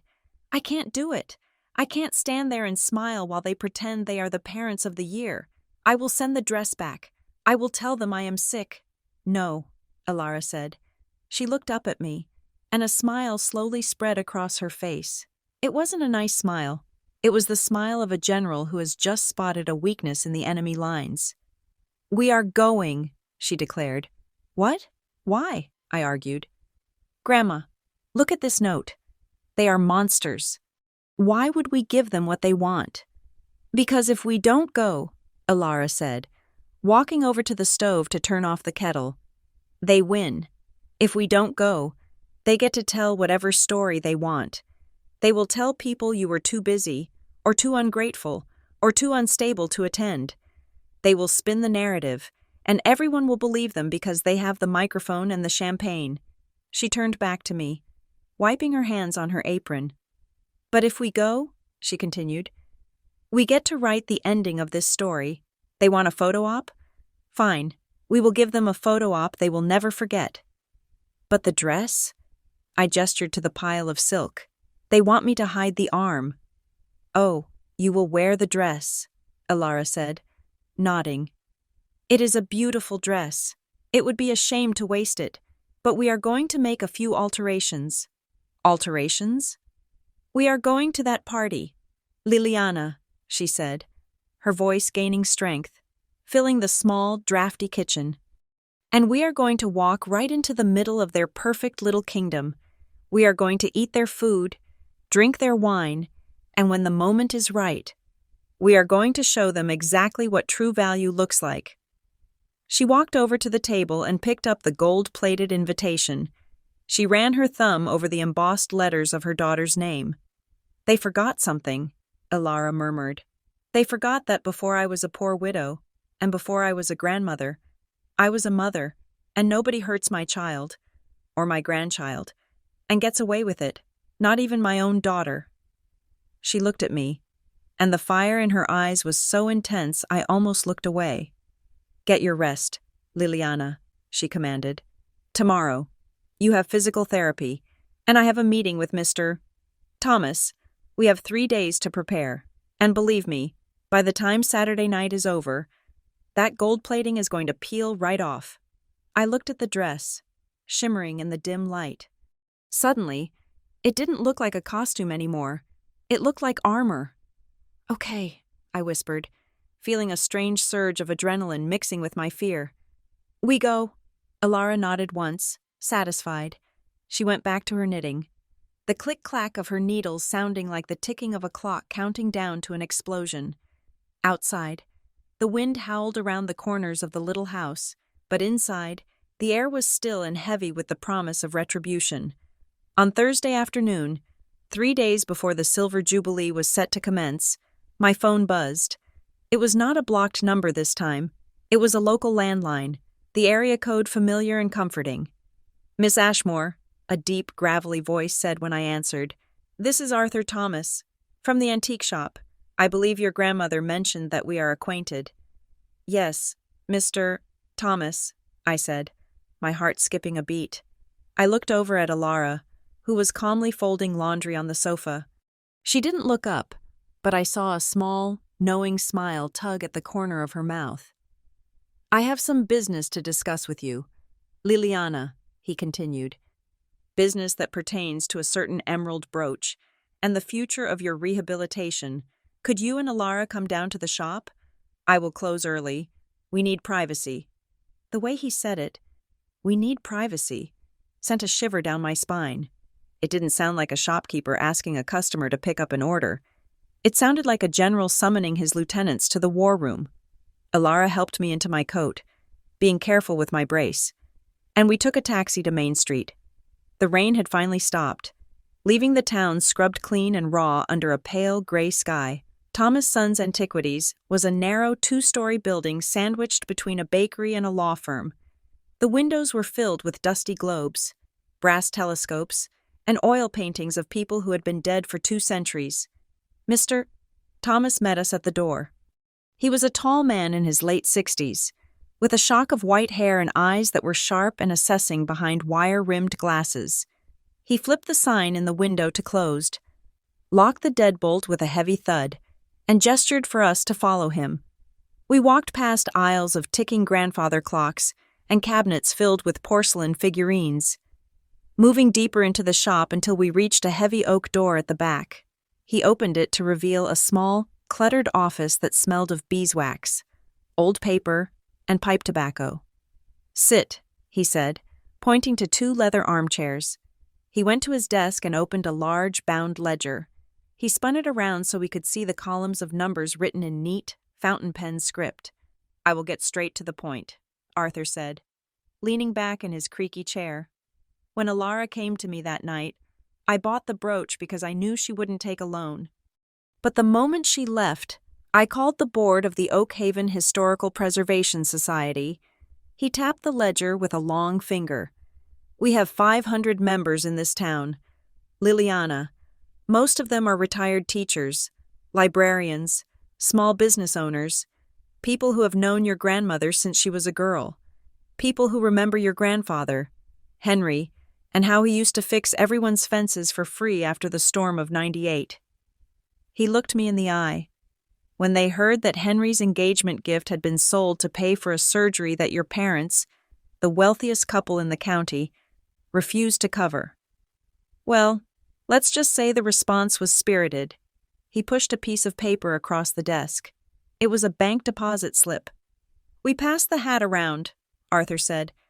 "Whatever people could spare, $10 here, $50 there." Then Mrs. Higgins, our treasurer, reached out to a few of our more affluent honorary members who prefer to remain anonymous. As of this morning, the Alara Vance Repurchase Fund stands at $17,450. My mouth fell open. I looked at the number. 17,000. "That is," I stammered, my voice failing me. "That is enough to buy back the brooch." "It is enough to buy back the brooch at the price I paid," Arthur corrected, a glint of steel in his eyes. "And it leaves a surplus of nearly $5,000. That money is for you, Liliana, for your physical therapy, for your rent while you cannot work, for groceries. Consider it a grant from the Society for the Preservation of a Local Artist." I started to cry, silent tears that tracked hot paths down my cheeks. I looked at Alara. She wasn't looking at the money. She was looking at Arthur with a profound, quiet gratitude. "Thank you," I whispered. "I don't know what to say. Can we have the brooch back now?" Arthur's expression shifted. The warmth evaporated, replaced by the cool calculation of a strategist. He leaned forward, clasping his hands on the desk. "You could," he said slowly. "I have it right here in the safe. We could pin it back on Alara's dress. And you could go home. You could skip the party on Saturday. You could let your parents have their celebration. Let them post their pictures. And let them continue to believe that their money makes them untouchable." He paused, letting the silence stretch out in the small room. The ticking of the clocks outside seemed to grow louder. "Or," he said, his voice dropping to a conspiratorial whisper, "we can do something else. We can return the brooch in a way that ensures they never, ever forget what they did." "What do you mean?" I asked, wiping my eyes. Arthur stood up and walked to a map of Oak Haven pinned to the wall. He tapped a large estate on the outskirts of town. the Oakhaven Historical Manor. Your parents have rented the manor for their silver jubilee, Arthur said. They paid a premium fee to have exclusive access to the grounds, the ballroom, and the gardens. They wanted the prestige of the location. They wanted to look like landed gentry. He turned back to us, a dry smile playing on his lips. What Richard and Patricia seemed to have forgotten, or perhaps never bothered to learn, is who actually owns and operates the manor. I blinked. The city? The Historical Preservation Society, Arthur said, savoring the words. We hold the deed. I am the chairman of the board. I sign the rental agreements, which means, technically speaking, on Saturday night, your parents will be guests in my house. He walked back to the desk and sat down, his eyes gleaming with mischief. Here is the situation. They have hired an outside catering company for the food. Yes, high-end, very expensive. But the venue staff? The servers who pour the wine? The coat check girls? The lighting technicians? The facility manager who oversees the entire event? He pointed a thumb at his own chest. That is us. That is the society. My nephew is the lighting director. Mrs. Higgins's daughter manages the floor staff, and half of the honorary guests your parents invited, the old money families they are so desperate to impress, are lifetime members of our organization. He leaned in closer, lowering his voice as if the walls had ears. We have a plan. Liliana, we call it Operation Emerald. It is already in motion. I felt like I had stepped into a spy movie. A plan? We are going to let them have their party, Arthur explained, his hands moving as he outlined the strategy. We are going to let them have their speeches. We are going to let Richard brag about his stock portfolio and let Patricia show off her dress. We want them to feel safe. We want them to feel triumphant. We want them to reach the absolute peak of their arrogance. He looked at Alara. Then, during the toast, the moment when all eyes are on the stage, and the cameras are rolling, I will step up, as the venue owner. I have the right to make a welcoming remark. I will interrupt their schedule. I will present a gift from the society to the hosts. The brooch, I realized. Exactly, Arthur said. I will project a high-resolution image of the brooch onto the main screen behind the stage. I will tell the story of how it came into my possession. I won't use names at first. I will tell the room about a grandmother who sold her most precious memory to save a pair of hands because the parents were too busy buying a car. And then, I will call Alara up to the stage and return it to her in front of everyone. In front of the investors, I whispered. In front of the country club crowd. In front of the Vogue photographer. Precisely, Arthur said. We will strip them naked in front of the very people they are trying to impress. We will turn their $60,000 party into a tribunal. He sat back, looking satisfied. But for this to work, Liliana, you have to be there. You have to walk into that room with your head held high. You have to wear the dress they sent you. You have to play the part of the dutiful daughter right up until the moment the trap springs. Can you do that? I looked down at my hands.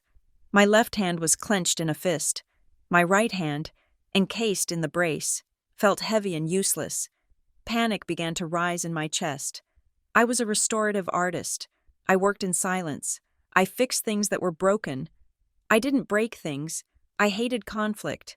The idea of standing on a stage, of being the center of a public scandal, made my stomach churn. I wasn't a fighter. I was the girl who hid in the library during recess. I don't know, I said, my voice shaking. It sounds aggressive. They are still my parents.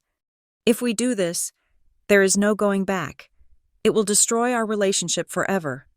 Your relationship is already destroyed, child, Arthur said gently. They destroyed it when they priced your limbs like used car parts. This isn't about revenge. It is about the truth. But it is your choice.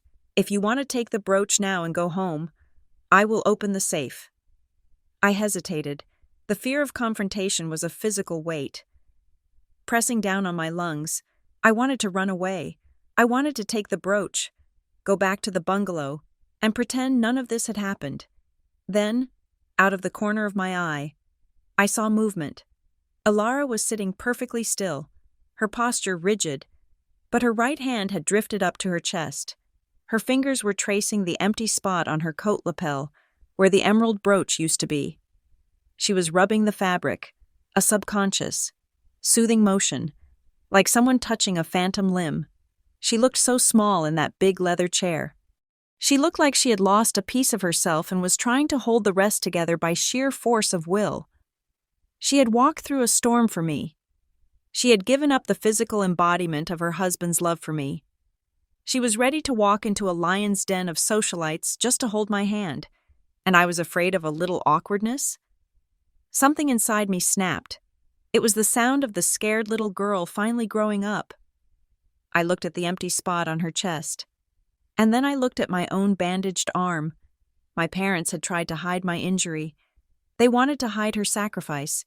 They wanted a world where their selfishness had no consequences. I wasn't going to let them have that world. I turned to Arthur Thomas. The fear was still there, but it was being drowned out by a cold, hard anger. "No," I said, my voice steadying. "Keep it in the safe." Arthur raised an eyebrow. "Are you sure?" "I am sure," I said. "We will do it your way. We will go to the party, and we will take back what is ours." Arthur smiled, a wolfish, satisfied grin. "Excellent." He opened a drawer and pulled out a floor plan of the manor. He smoothed it out on the desk. "Okay," he said, his tone shifting into operational mode. "Here's the layout. Table 19 is in the back corner, near the kitchen doors. That is where they have seated you and Alara. They want you hidden, but that works to our advantage. It is close to the AV booth." He pointed to a spot marked Sound Light. "My nephew, David, will be running the board. When I give the signal, I will tap the microphone twice. He is going to cut the house lights and put a single spotlight on the stage. That is your cue to move." "What about the staff?" Alara asked. "Richard can be very intimidating to service workers if he tries to stop the speech." "He won't get the chance," Arthur assured her. "The security at the door? They are my guys, retired local police officers who play poker with me on Fridays. If Richard tries to physically intervene, they will escort him out for disturbing the peace. And the waiters, well, let's just say that the soup might be served a little colder to the head table than the others." He looked at me. "Liliana, you just need to keep your parents distracted during the cocktail hour. Let them preen. Let them think you are cowed. Do not let them suspect anything is wrong. Can you act?" I thought about the years I had spent pretending I was fine when they missed my birthdays. I thought about the years I had spent smiling at their dinner parties while they made subtle digs about my career choice. "I have been acting my whole life, Mr. Thomas," I said. "I can do it." "Good." He closed the ledger with a definitive thump.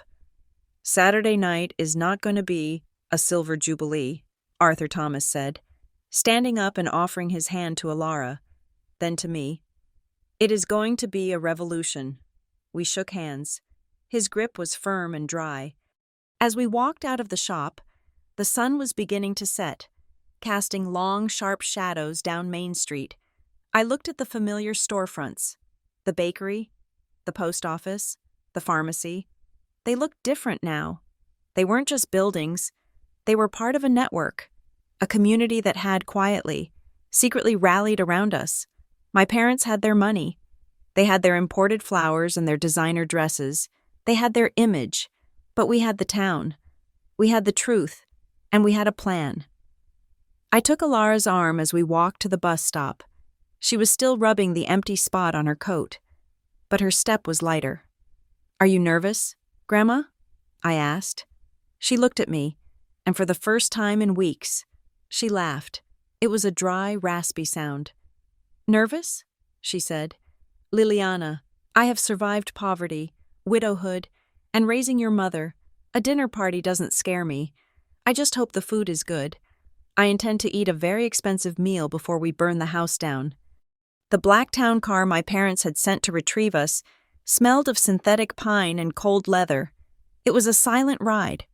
Alara sat beside me, her hands folded calmly in her lap, looking out the tinted window as the modest houses of our neighborhood gave way to the manicured lawns and wrought iron gates of the estate district. She was wearing her Sunday navy dress, the one with the high collar, but the spot where the emerald brooch should have been was starkly empty. To anyone else, it looked like a simple fashion choice. To me, it looked like a screaming void. As the car crunched over the gravel driveway of the Oakhaven Historical Manor, the sheer scale of the deception became visible. The manor, usually a solemn, dusty tribute to the town's founding fathers, had been transformed into a palace of light. Spotlights cut through the evening gloom, illuminating the stone facade in a wash of gold and violet. A red carpet, thick and plush, ran from the driveway up the stone steps, flanked by massive urns overflowing with white roses and hydrangeas. The scent of the flowers was overpowering, a sweet, cloying perfume that masked the smell of the damp earth beneath. "Showtime," Alara whispered as the driver opened the door. We stepped out. The air was vibrating with the sound of a string quartet playing Mozart with mechanical precision. A valet team was rushing back and forth, parking cars that cost more than most people earned in a decade, and there, parked right at the base of the stairs on a specially constructed platform, was the cherry-red 1965 Mustang Fastback. It was gleaming under its own personal spotlight. My brother, Julian, was leaning against the fender, a glass of amber liquid in his hand. He was wearing a tuxedo that fit him perfectly, looking every inch the young tycoon. He was surrounded by a gaggle of young women and a few older men who were admiring the car's lines. 0 to 60 in 6 seconds, I heard him boast as we walked up the path. Dad got it for me as a closing bonus. We play hard, we work hard, right? He spotted us. His smile faltered for a fraction of a second, his eyes darting to my arm, then to the dress. He didn't come over. He didn't ask how the surgery went. He just gave a curt nod, raised his glass in a mock salute, and turned back to his audience to pop the hood. He was a prop in the family tableau, and he knew his lines perfectly. We reached the top of the stairs. The double doors were thrown open, revealing the grand ballroom. It was a sea of black ties and sequins, a champagne tower, easily 6 feet tall, shimmered in the center of the room, catching the light from the crystal chandeliers overhead. The noise was a dull roar of polite laughter and clinking glass. Before we could even step off the threshold, a figure in silver sequins materialized from the crowd. It was my mother, Patricia. She looked spectacular.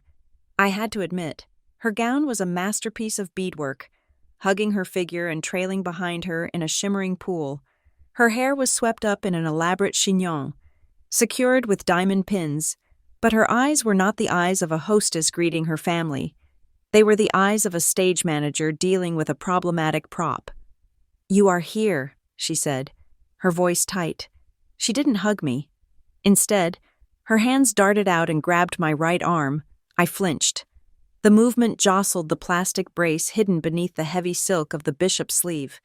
A sharp bolt of pain shot up to my shoulder, but I bit my lip to keep from crying out. "Mom, careful," I hissed. "Hold still," she snapped, her voice low and venomous. She tugged at the cuff of the sleeve, pulling the fabric down until it covered my knuckles completely. She smoothed the silk over the bulky outline of the brace, frowning critically. "It looks lumpy. Did you have to wear the big brace?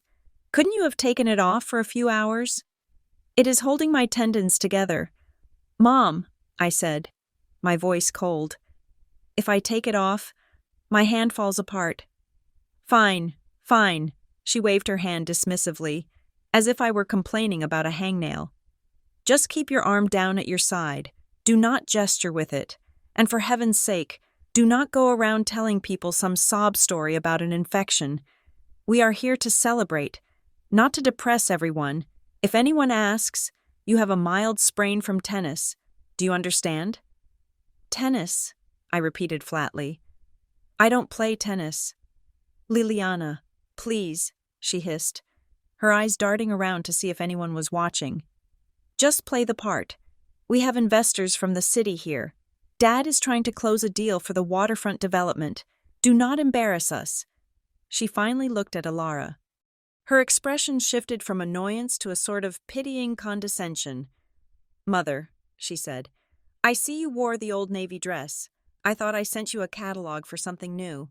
This dress has served me well for 10 years. Patricia," Alara said, her voice calm and level, "it is clean and it is paid for." My mother's eyes flicked to Alara's chest. She noticed the absence of the brooch immediately. Her eyebrows shot up. "You didn't wear Daddy's brooch?" she asked, sounding genuinely surprised. "You never take that thing off. I thought you would want to show it off tonight. It is the only real jewelry you own." "I decided to leave it in a safe place," Alara said enigmatically. "It felt heavy lately." "Well, probably for the best," my mother sniffed. "It is a bit old-fashioned anyway. The setting is very dated. Now, come along. We have seated you at table 19. It is a bit further back, but it is quieter there. We thought you would appreciate being away from the speakers." She ushered us into the room, steering us around the perimeter like we were dirty laundry she was trying to hide before the guests arrived. Table 19 was not just further back, it was in the culinary equivalent of Siberia. It was tucked into the far corner of the ballroom, right next to the swinging double doors of the kitchen.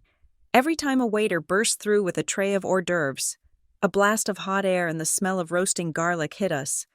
The table was occupied by the people my parents couldn't legally exclude, but didn't want to actually see.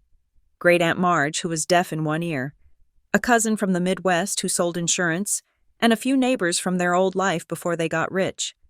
"Sit," my mother commanded, pointing to 2 chairs that had their backs to the main stage. "I have to go find Richard. The photographer is setting up for the arrival shots. Stay here until dinner is served." She swirled away in a cloud of expensive perfume, not looking back once. I sat down, the silk of my dress pooling around the cheap banquet chair. I looked around the room. It was a masterclass in superficiality. The tables were draped in the silver linen my mother had obsessed over while I was in the emergency room. The centerpieces were explosions of white orchids and silver-sprayed branches. I watched my father, Richard, holding court near the bar. He was laughing loudly, slapping the back of a man in a gray suit. My father looked tan, fit, and incredibly pleased with himself. He was projecting the image of the benevolent patriarch, the self-made man who had conquered the world. I saw a waiter approach our table with a tray of champagne flutes. He was a young man, barely 20, with a nervous expression. As he lowered the tray to offer me a glass, he looked me right in the eye. He didn't say the usual, "Champagne, miss?" Instead, he whispered, barely moving his lips, "Mr. Thomas says the audio check is complete. The system is ready." I froze. I looked at him, startled. He gave a microscopic nod and moved on to Aunt Marge. I looked at Alara. She was unfolding her napkin with deliberate slowness. "Did you hear that?" I whispered. "Eat a cracker, Liliana," she said softly, pushing the bread basket toward me. "You need your strength." I took a cracker, but my mouth was too dry to swallow. I turned my chair slightly so I could see the room better. I wanted to see them. I wanted to really see them. For 27 years, I had looked at these people with the eyes of a daughter seeking approval. I had seen their neglect as my failure. I had seen their criticism as coaching. But tonight, the lens had shifted. The pain in my arm was a constant, throbbing reminder of their true nature, and it stripped away the filter. I watched a woman in a red dress approach my father. I recognized her as the president of the local Rotary Club. "Richard, darling," she gushed, her voice carrying over the music. "This party is simply divine. You have outdone yourself. And I heard about your donation to the animal shelter last month. You are such a pillar of this community. So generous." My father beamed, puffing out his chest. "Well, you know, Sarah, to whom much is given, much is expected. Patricia and I believe in giving back. It is the legacy we want to leave for our children." "Speaking of children," the woman asked, looking around, "where is that talented daughter of yours? The artist? My father's smile didn't waver, but his eyes grew cold. Oh, Liliana is here somewhere. She is a bit shy. You know, the artistic temperament. She prefers the shadows. We try not to force her into the limelight. She finds it overwhelming. How sensitive of you, the woman cooed.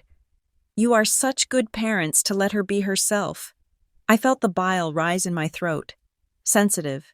He called hiding me in the kitchen corner sensitive. He called my career shy.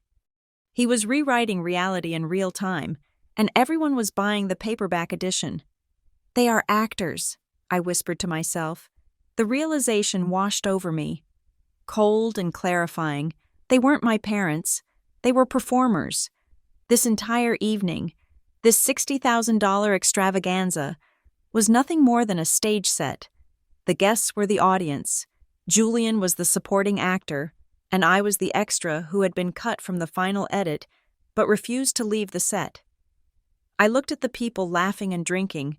They were admiring the flowers, eating the canapés, completely unaware that the money paying for the smoked salmon on their crackers was the same money that could have saved my hand without a second thought. They were celebrating a marriage that was held together by joint bank accounts and social ambition, not love.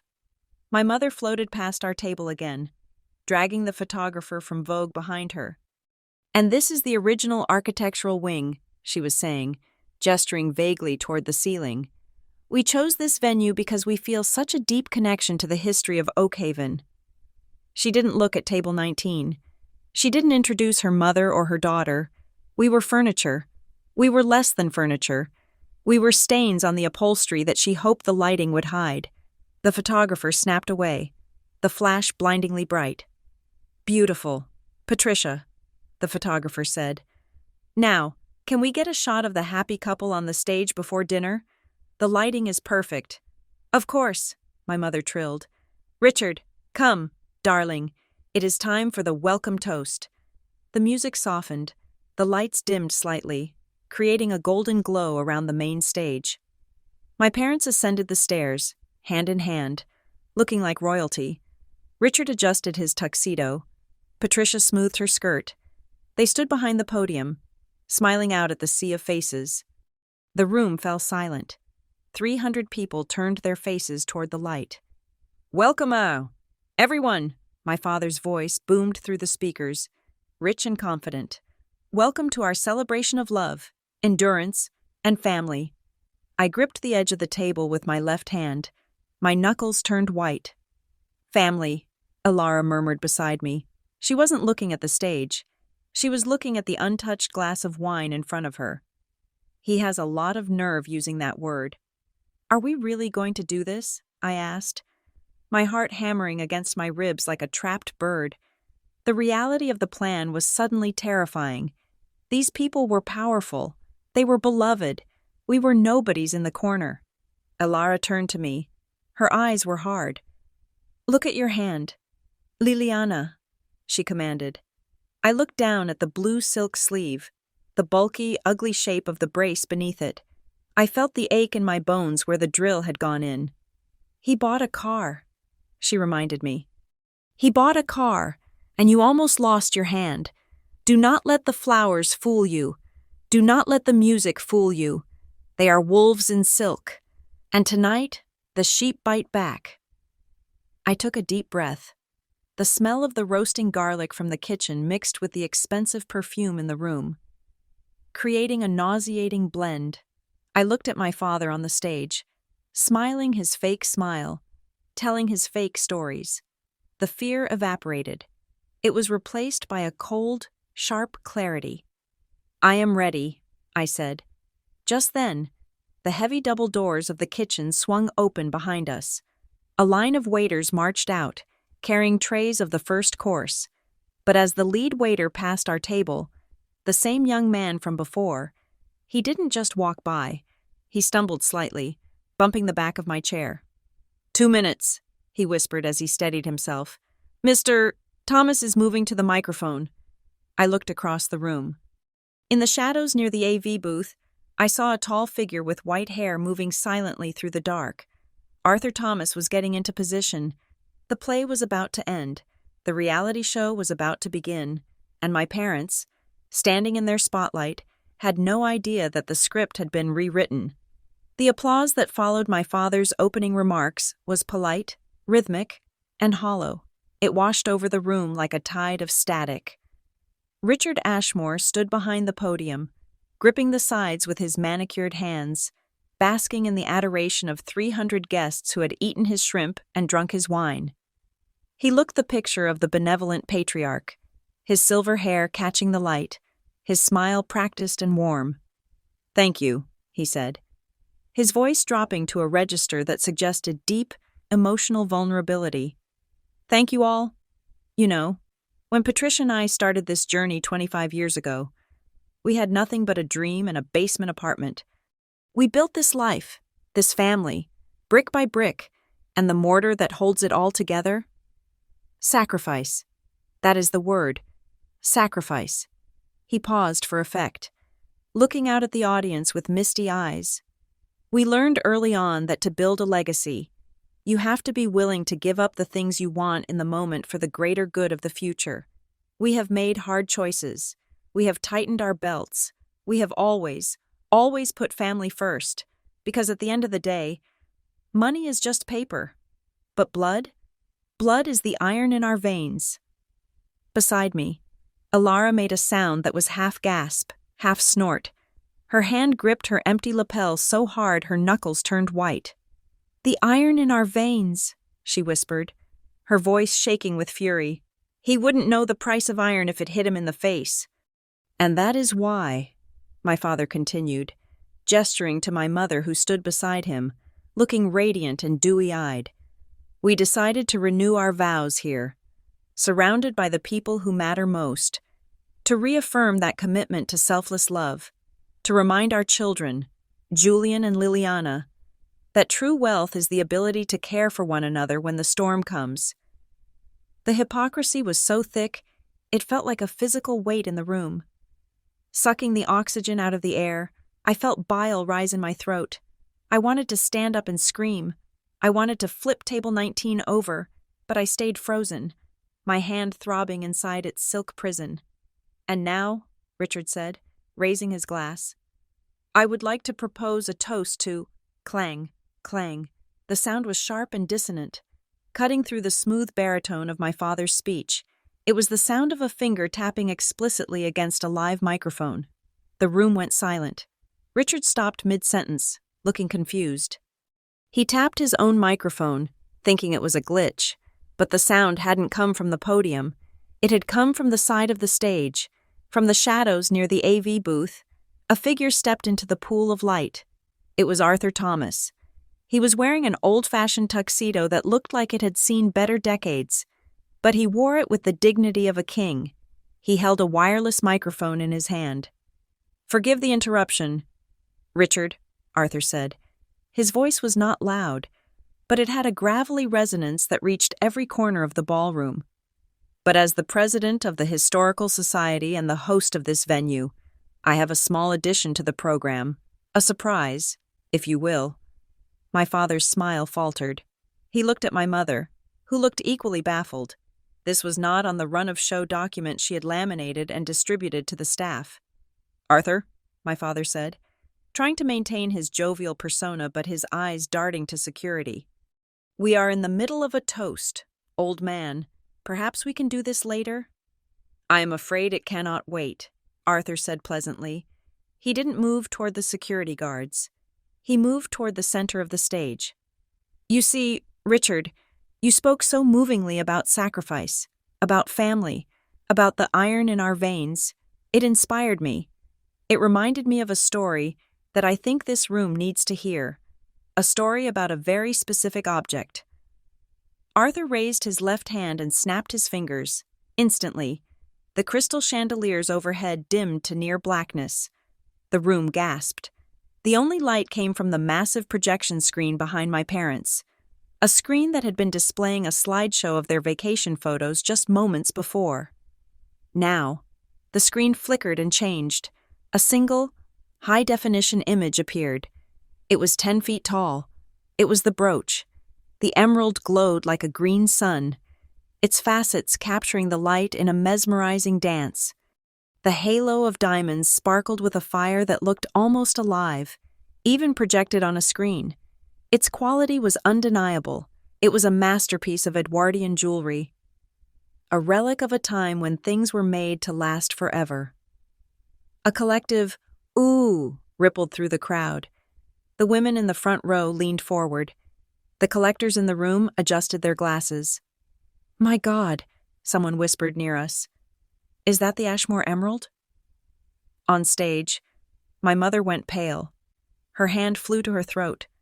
My father took a half step back, staring at the screen as if it were a ghost. "Beautiful, isn't it?" Arthur asked, looking up at the image. "This is a platinum and emerald brooch, commissioned in 1970. It belonged to a local coal miner named Henry Vance. He saved for 3 years to buy it for his wife, Elara. He didn't buy a car. He didn't throw a party. He ate bread and lard for lunch for 1,000 days so he could put this on her coat." The room was deadly quiet now. The clinking of silverware had stopped. The waiters stood like statues against the walls. "Elara Vance wore this brooch every single day for 50 years, Arthur continued, his voice hardening. "It was her heart. It was the last piece of her husband she had left on this earth." He turned to look directly at my parents. Richard was sweating now, small beads of perspiration glistening on his forehead under the stage lights. 3 days ago," Arthur said, pacing slowly across the stage, "Elara came to my shop in the middle of a rainstorm. She was soaking wet. She was shaking, and she placed this brooch on my counter. She begged me to buy it. She didn't haggle. She didn't ask for its market value. She asked for exactly $12,000. The number hung in the air. $12,000. "Why 12,000? Arthur asked the room, acting the part of the inquisitor. "Was it for a cruise? Was it for a remodel?" "No, it was the exact amount required by St. Jude's Hospital for an emergency deposit." I heard a sharp intake of breath from the table next to us. "You see," Arthur said, his voice dropping to a whisper that sounded like a shout. Elara's granddaughter, a talented young artist named Liliana, had suffered a catastrophic chemical burn. Her hand, her livelihood, was dying. She had hours left before amputation was the only option. She needed $12,000 to save her future. Arthur turned on his heel and pointed a finger at my father. The gesture was like a pistol shot. "But Liliana's parents didn't have the money," Arthur said, his voice dripping with sarcasm. "Oh no, they were illiquid. They told their daughter, as she lay in a hospital bed with necrotic flesh, that they had spent all their available cash on what was it? Richard? Ah, yes, this party, these flowers, that champagne tower." The silence in the room was absolute. It was a vacuum. You could hear the hum of the air conditioning unit. "So," Arthur concluded, "the grandmother sold her heart to save the granddaughter's hands, because the parents were too busy buying a reputation to save their own child." He reached into his pocket and pulled out the actual brooch. He held it up. It caught the spotlight, flashing green fire. "But here in Oakhaven," Arthur said, his voice breaking with emotion, "we have a different definition of legacy. The members of the Historical Society, people who are school teachers and mechanics, passed a hat. We raised the money, we bought it back, because we do not let good people sell their souls to cover the sins of the greedy." Arthur looked out into the darkness, scanning the room until his eyes locked on table 19. "Elara Vance," he called out, "please come up here." The spotlight swung wildly, cutting through the dark like a searchlight. It swept over the tuxedos and the gowns until it hit the back corner. It hit the kitchen doors, and it hit us. Elara stood up. She didn't look at me. She didn't look at the crowd. She looked straight ahead at the stage. She began to walk. It was the longest walk I had ever seen. The sea of tables parted. People pulled their chairs in, shrinking away from her as if her dignity was a blinding light that shamed them. The silence was broken only by the sound of her sensible shoes on the parquet floor. Tap, tap, Tap. She walked past the bankers. She walked past the real estate developers. She walked past the neighbors who had ignored her for years. She reached the stairs. My father made a move as if to stop her, but a security guard stepped out from the wings, crossing his arms. My father froze. Alara climbed the stairs. She stood center stage, next to Arthur. She looked tiny next to my father's imposing bulk, but she seemed 10 feet tall. Arthur pinned the brooch back onto her lapel. "It belongs to you, Alara," he said softly into the mic. "It always has." Alara touched the brooch. Then, she turned to face my parents. My mother, Patricia, seemed to snap out of her paralysis. Her survival instinct, the same instinct that made her choose the right table linens, kicked in. She realized the optics were catastrophic. She realized she was drowning in front of the most important people in town. She lunged for the podium microphone. Her laugh was shrill, piercing, and terrifyingly fake. "Oh, Arthur," she cried, her voice trembling with manic energy. "You are such a dramatist. Everyone, please, calm down. This is all a huge misunderstanding, a surprise skit." She turned to the crowd, her smile stretching so wide it looked painful. "We knew about the brooch," she lied, breathless. "Of course we did. We were planning to buy it back for Mother as a surprise gift tonight. That was the grand finale. We just wanted to teach Liliana a lesson about responsibility first. We would never actually let her suffer. It was tough love. We are a family. We support each other." She reached out to grab Alara's hand, trying to pull her into a hug for the cameras. "Right, Mom?" Patricia pleaded, her nails digging into Alara's arm. Tell them we offered to pay. Tell them it was just a miscommunication." Alara pulled her arm away. She looked at her daughter with eyes that were completely empty of recognition. "You offered me nothing," Alara said, her voice amplified by the mic Arthur was holding near her. "You offered me a seat by the kitchen and told me to hide." The crowd murmured. The tension was at a breaking point. My mother's face twisted. "Liliana!" she shrieked, looking into the crowd, trying to find a scapegoat. "Where is she? Liliana, tell them you are fine. Tell them about your tennis injury. Show them your hand is fine." That was it. The final thread of fear that had held me in my chair snapped. The shame I had been carrying, the shame of being poor, the shame of being dependent, the shame of being the failed investment, evaporated in a flash of white-hot rage. I stood up. The chair scraped loudly against the floor. "I am right here, Mother," I said. My voice was not loud, but in the silent room. It carried. I walked toward the stage. I didn't walk with Alara's quiet dignity. I walked with the frantic, jagged energy of a survivor. I pushed past a waiter. I bumped into a chair. I didn't care. I reached the stairs and ran up them. Ignoring the pain that jolted through my arm with every step, I marched straight up to my mother. "Tennis injury?" I asked, my voice shaking. "Is that what we are calling it?" "Liliana, don't," my father warned. Stepping toward me, his eyes were dark with a threat. "Go back to your seat. We will discuss this at home." "We don't have a home," I spat at him. "I have a hospital bill and a grandmother who lives in a bungalow. You have a house." I turned to the microphone. I grabbed it from the stand, wrenching it free. I faced the 300 people who were staring at me like I was a car crash. "My mother wants me to show you my hand," I said, my voice echoing off the vaulted ceiling. "She bought me a $3,000 dress to hide it. She sent me a note saying my medical contraption was unsightly. She didn't want to ruin the aesthetic of her party." I looked down at the bishop sleeve, the beautiful midnight blue silk that hid the ugly truth. "Well," I said, "let's fix the aesthetic." I reached over with my left hand and grabbed the cuff of the right sleeve. The silk was strong, but my anger was stronger. I yanked. The fabric held for a second, then gave way with a loud, tearing sound. I didn't stop.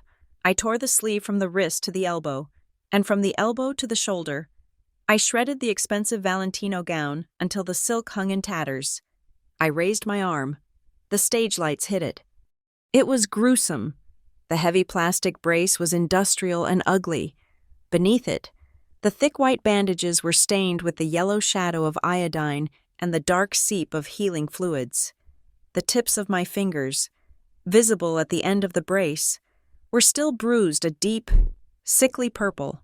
It was not a tennis injury. It was the limb of a person who had fought a war against her own body.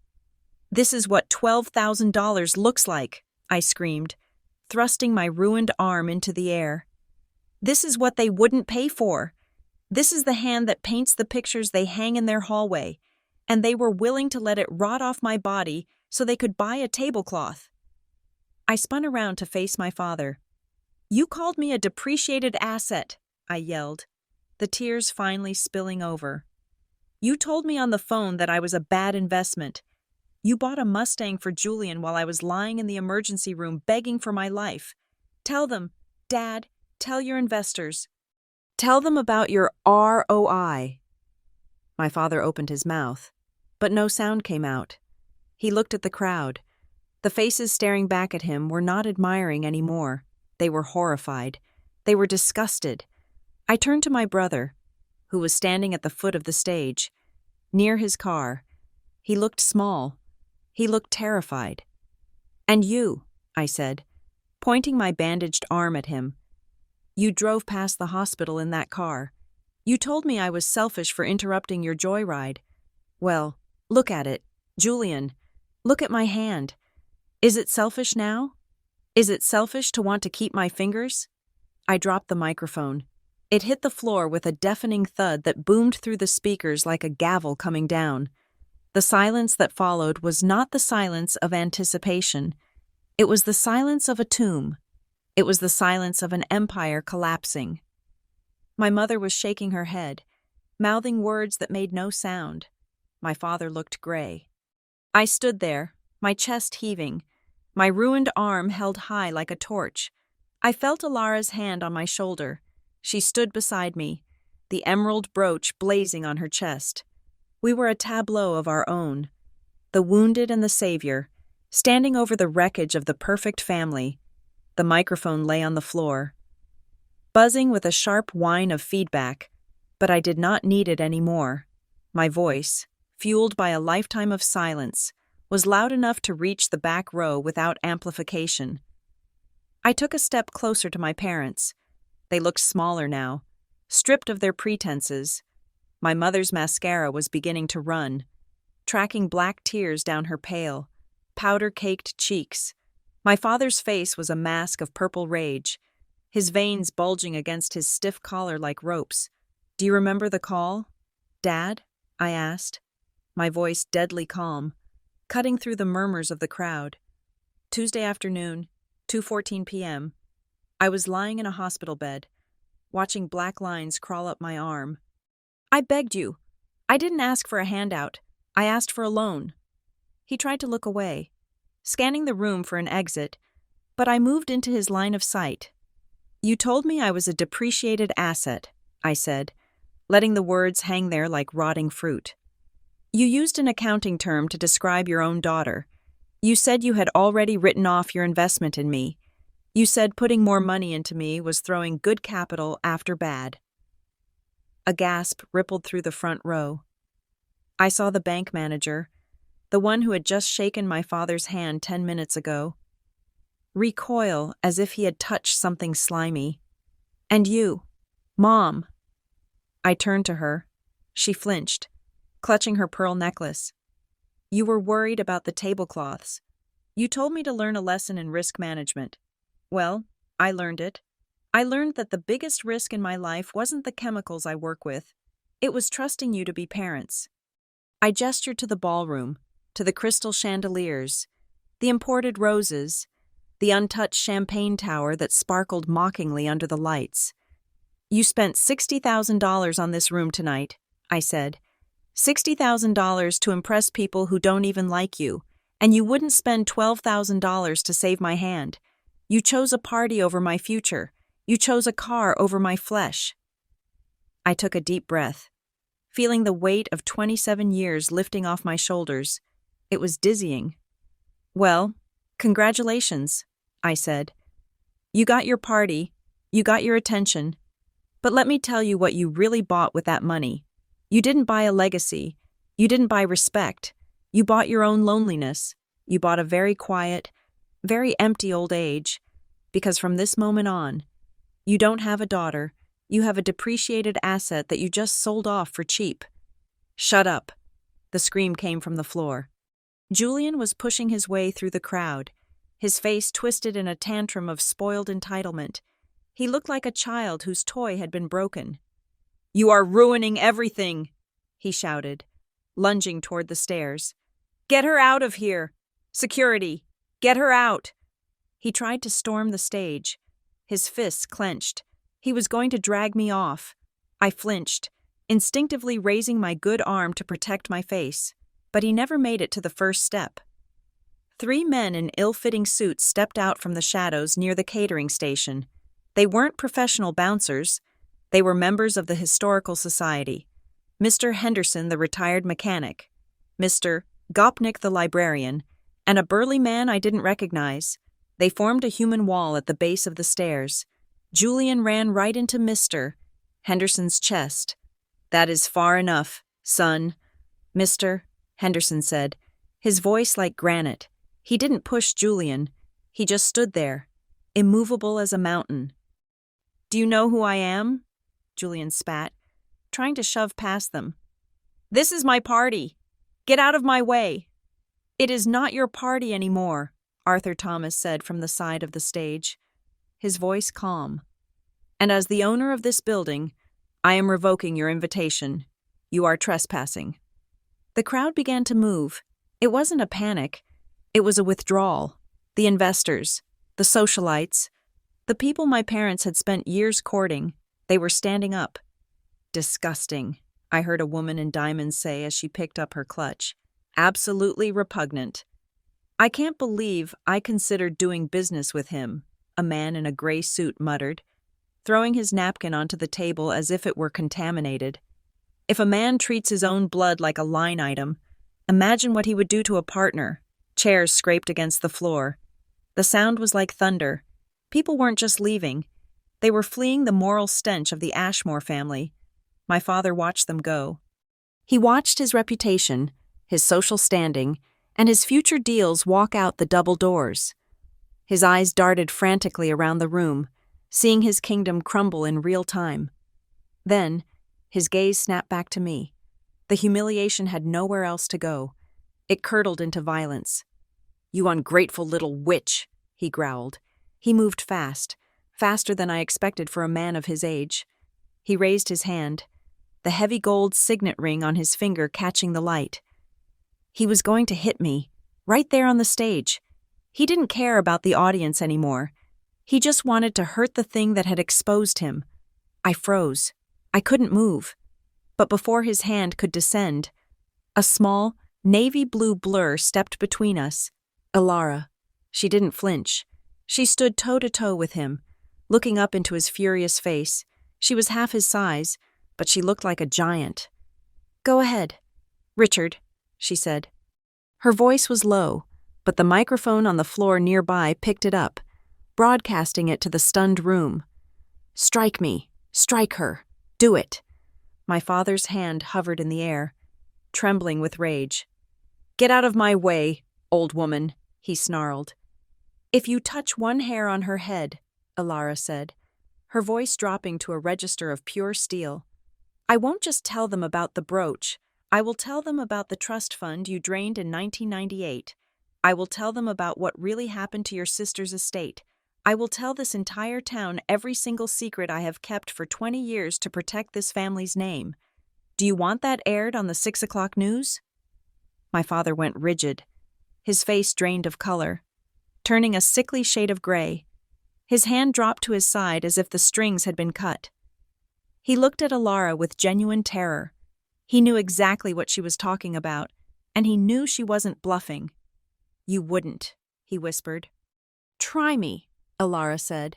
"I have nothing left to lose. I sold my heart to save her. What do you think I will do to protect her?" They stared at each other for a long, suffocating second. Then, my father took a step back. He looked defeated. He looked old. Elara turned her back on him. She looked at me, her eyes softening. "Come, Liliana," she said, offering me her arm. "We have overstayed our welcome. The food here smells like lies anyway." I took her arm with my good hand. We walked to the edge of the stage. As we descended the stairs, a strange sound began. It started at the back of the room, near the kitchen doors where the staff was standing. Clap, clap, clap. It was the young waiter. He was clapping slowly, rhythmically. Then Mrs. Higgins joined in. Then Arthur Thomas. Then the guests who were still lingering, the ones who had stayed to watch the fallout, began to clap. It wasn't polite applause.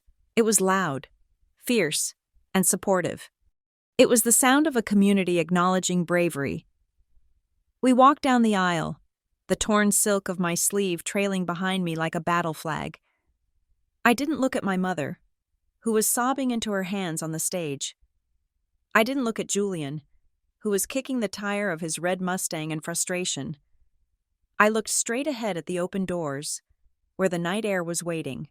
We walked out of the manor, down the stone steps, and past the rows of luxury cars.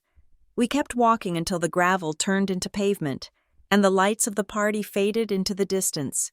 We didn't stop until we reached a small, all-night diner on the edge of town, 3 miles away. It was a place with fluorescent lights that hummed and vinyl seats that were cracked with age. It was perfect. We sat in a booth near the window. I ordered a bowl of chicken noodle soup and a hot tea. Elara ordered coffee. The waitress, a woman named Betty who had known me since kindergarten, didn't ask about the torn dress or the bandage. She just brought the soup extra hot and put a free slice of apple pie on the table. "On the house, hun," she said, giving my shoulder a squeeze. "Word travels fast. Good for you." I sat there, stirring the soup with my left hand. The steam rose up, warming my face. I looked across the table at Elara. She was sipping her coffee, the emerald brooch still pinned to her chest. It looked out of place in the diner, but also perfectly at home. It was real, just like her. My phone, which was sitting on the table, began to buzz. Bzzzt, bzzzt, bzzzt. It vibrated against the formica. The screen lit up with notifications. "Mom. Liliana. Pick up immediately. We need to do damage control. Mom. You have humiliated us. How could you? Dad. If you don't issue a public apology by morning, I am cutting you out of the will completely. Julian. You are crazy. You ruined the launch. I hate you. Mom. Please, baby. People are canceling orders. We can fix this. Just come back." The messages scrolled by. A frantic stream of manipulation and panic. They were scrambling. They were trying to pull the strings of a puppet that had already cut itself loose. I looked at the phone. For years. That device had been my leash. It was how I waited for their approval, how I received their crumbs of affection. I picked it up. "Are you going to answer?" Elara asked, pausing with her cup halfway to her lips. "No," I said. I turned the phone over and popped the back case off, with a struggle, using my good fingernails. I pried the SIM card out of its slot. It was a tiny piece of plastic and metal, so small, yet it held so much weight. I placed the SIM card on the table. Then, I took the heavy ceramic mug of tea and brought it down hard on the chip. Crack. I did it again. Crack. I picked up the shattered pieces of plastic and dropped them into my glass of water. They sank to the bottom, swirling amidst the ice cubes like dead insects. I looked at Elara and smiled. It was the first real smile I had felt in weeks. It reached my eyes. "I think I need a new number," I said. "Something unlisted." Elara reached across the table and took my good hand.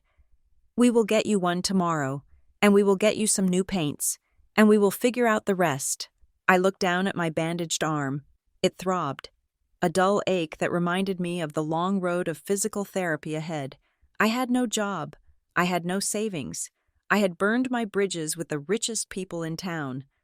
I was sitting in a diner in a torn dress with $12 in my pocket. But as I looked at my grandmother, and then out the window at the dark, quiet street, I realized something. I wasn't afraid. For the first time in my life, I didn't owe anyone an explanation. I didn't have to be perfect. I didn't have to be a good investment. I just had to be Liliana. "Eat your soup," Alara said gently. "It is getting cold." I picked up my spoon. The soup tasted like salt and warmth and freedom. I was poor, I was injured, but I was free, and that was a wealth my parents would never, ever understand. Thank you so much for listening to my story. It was the hardest night of my life, but also the best, because it was the night I finally found my voice. I would love to hear from you guys in the comments. Where are you listening from right now? It is amazing to think that my story is reaching people all over the world. Please don't forget to subscribe to the channel BitterSweet Drama Stories. Hit that like button and press the hype button to help this story get recommended to more people who might need the courage to stand up for themselves. Stay strong, and see you in the next video.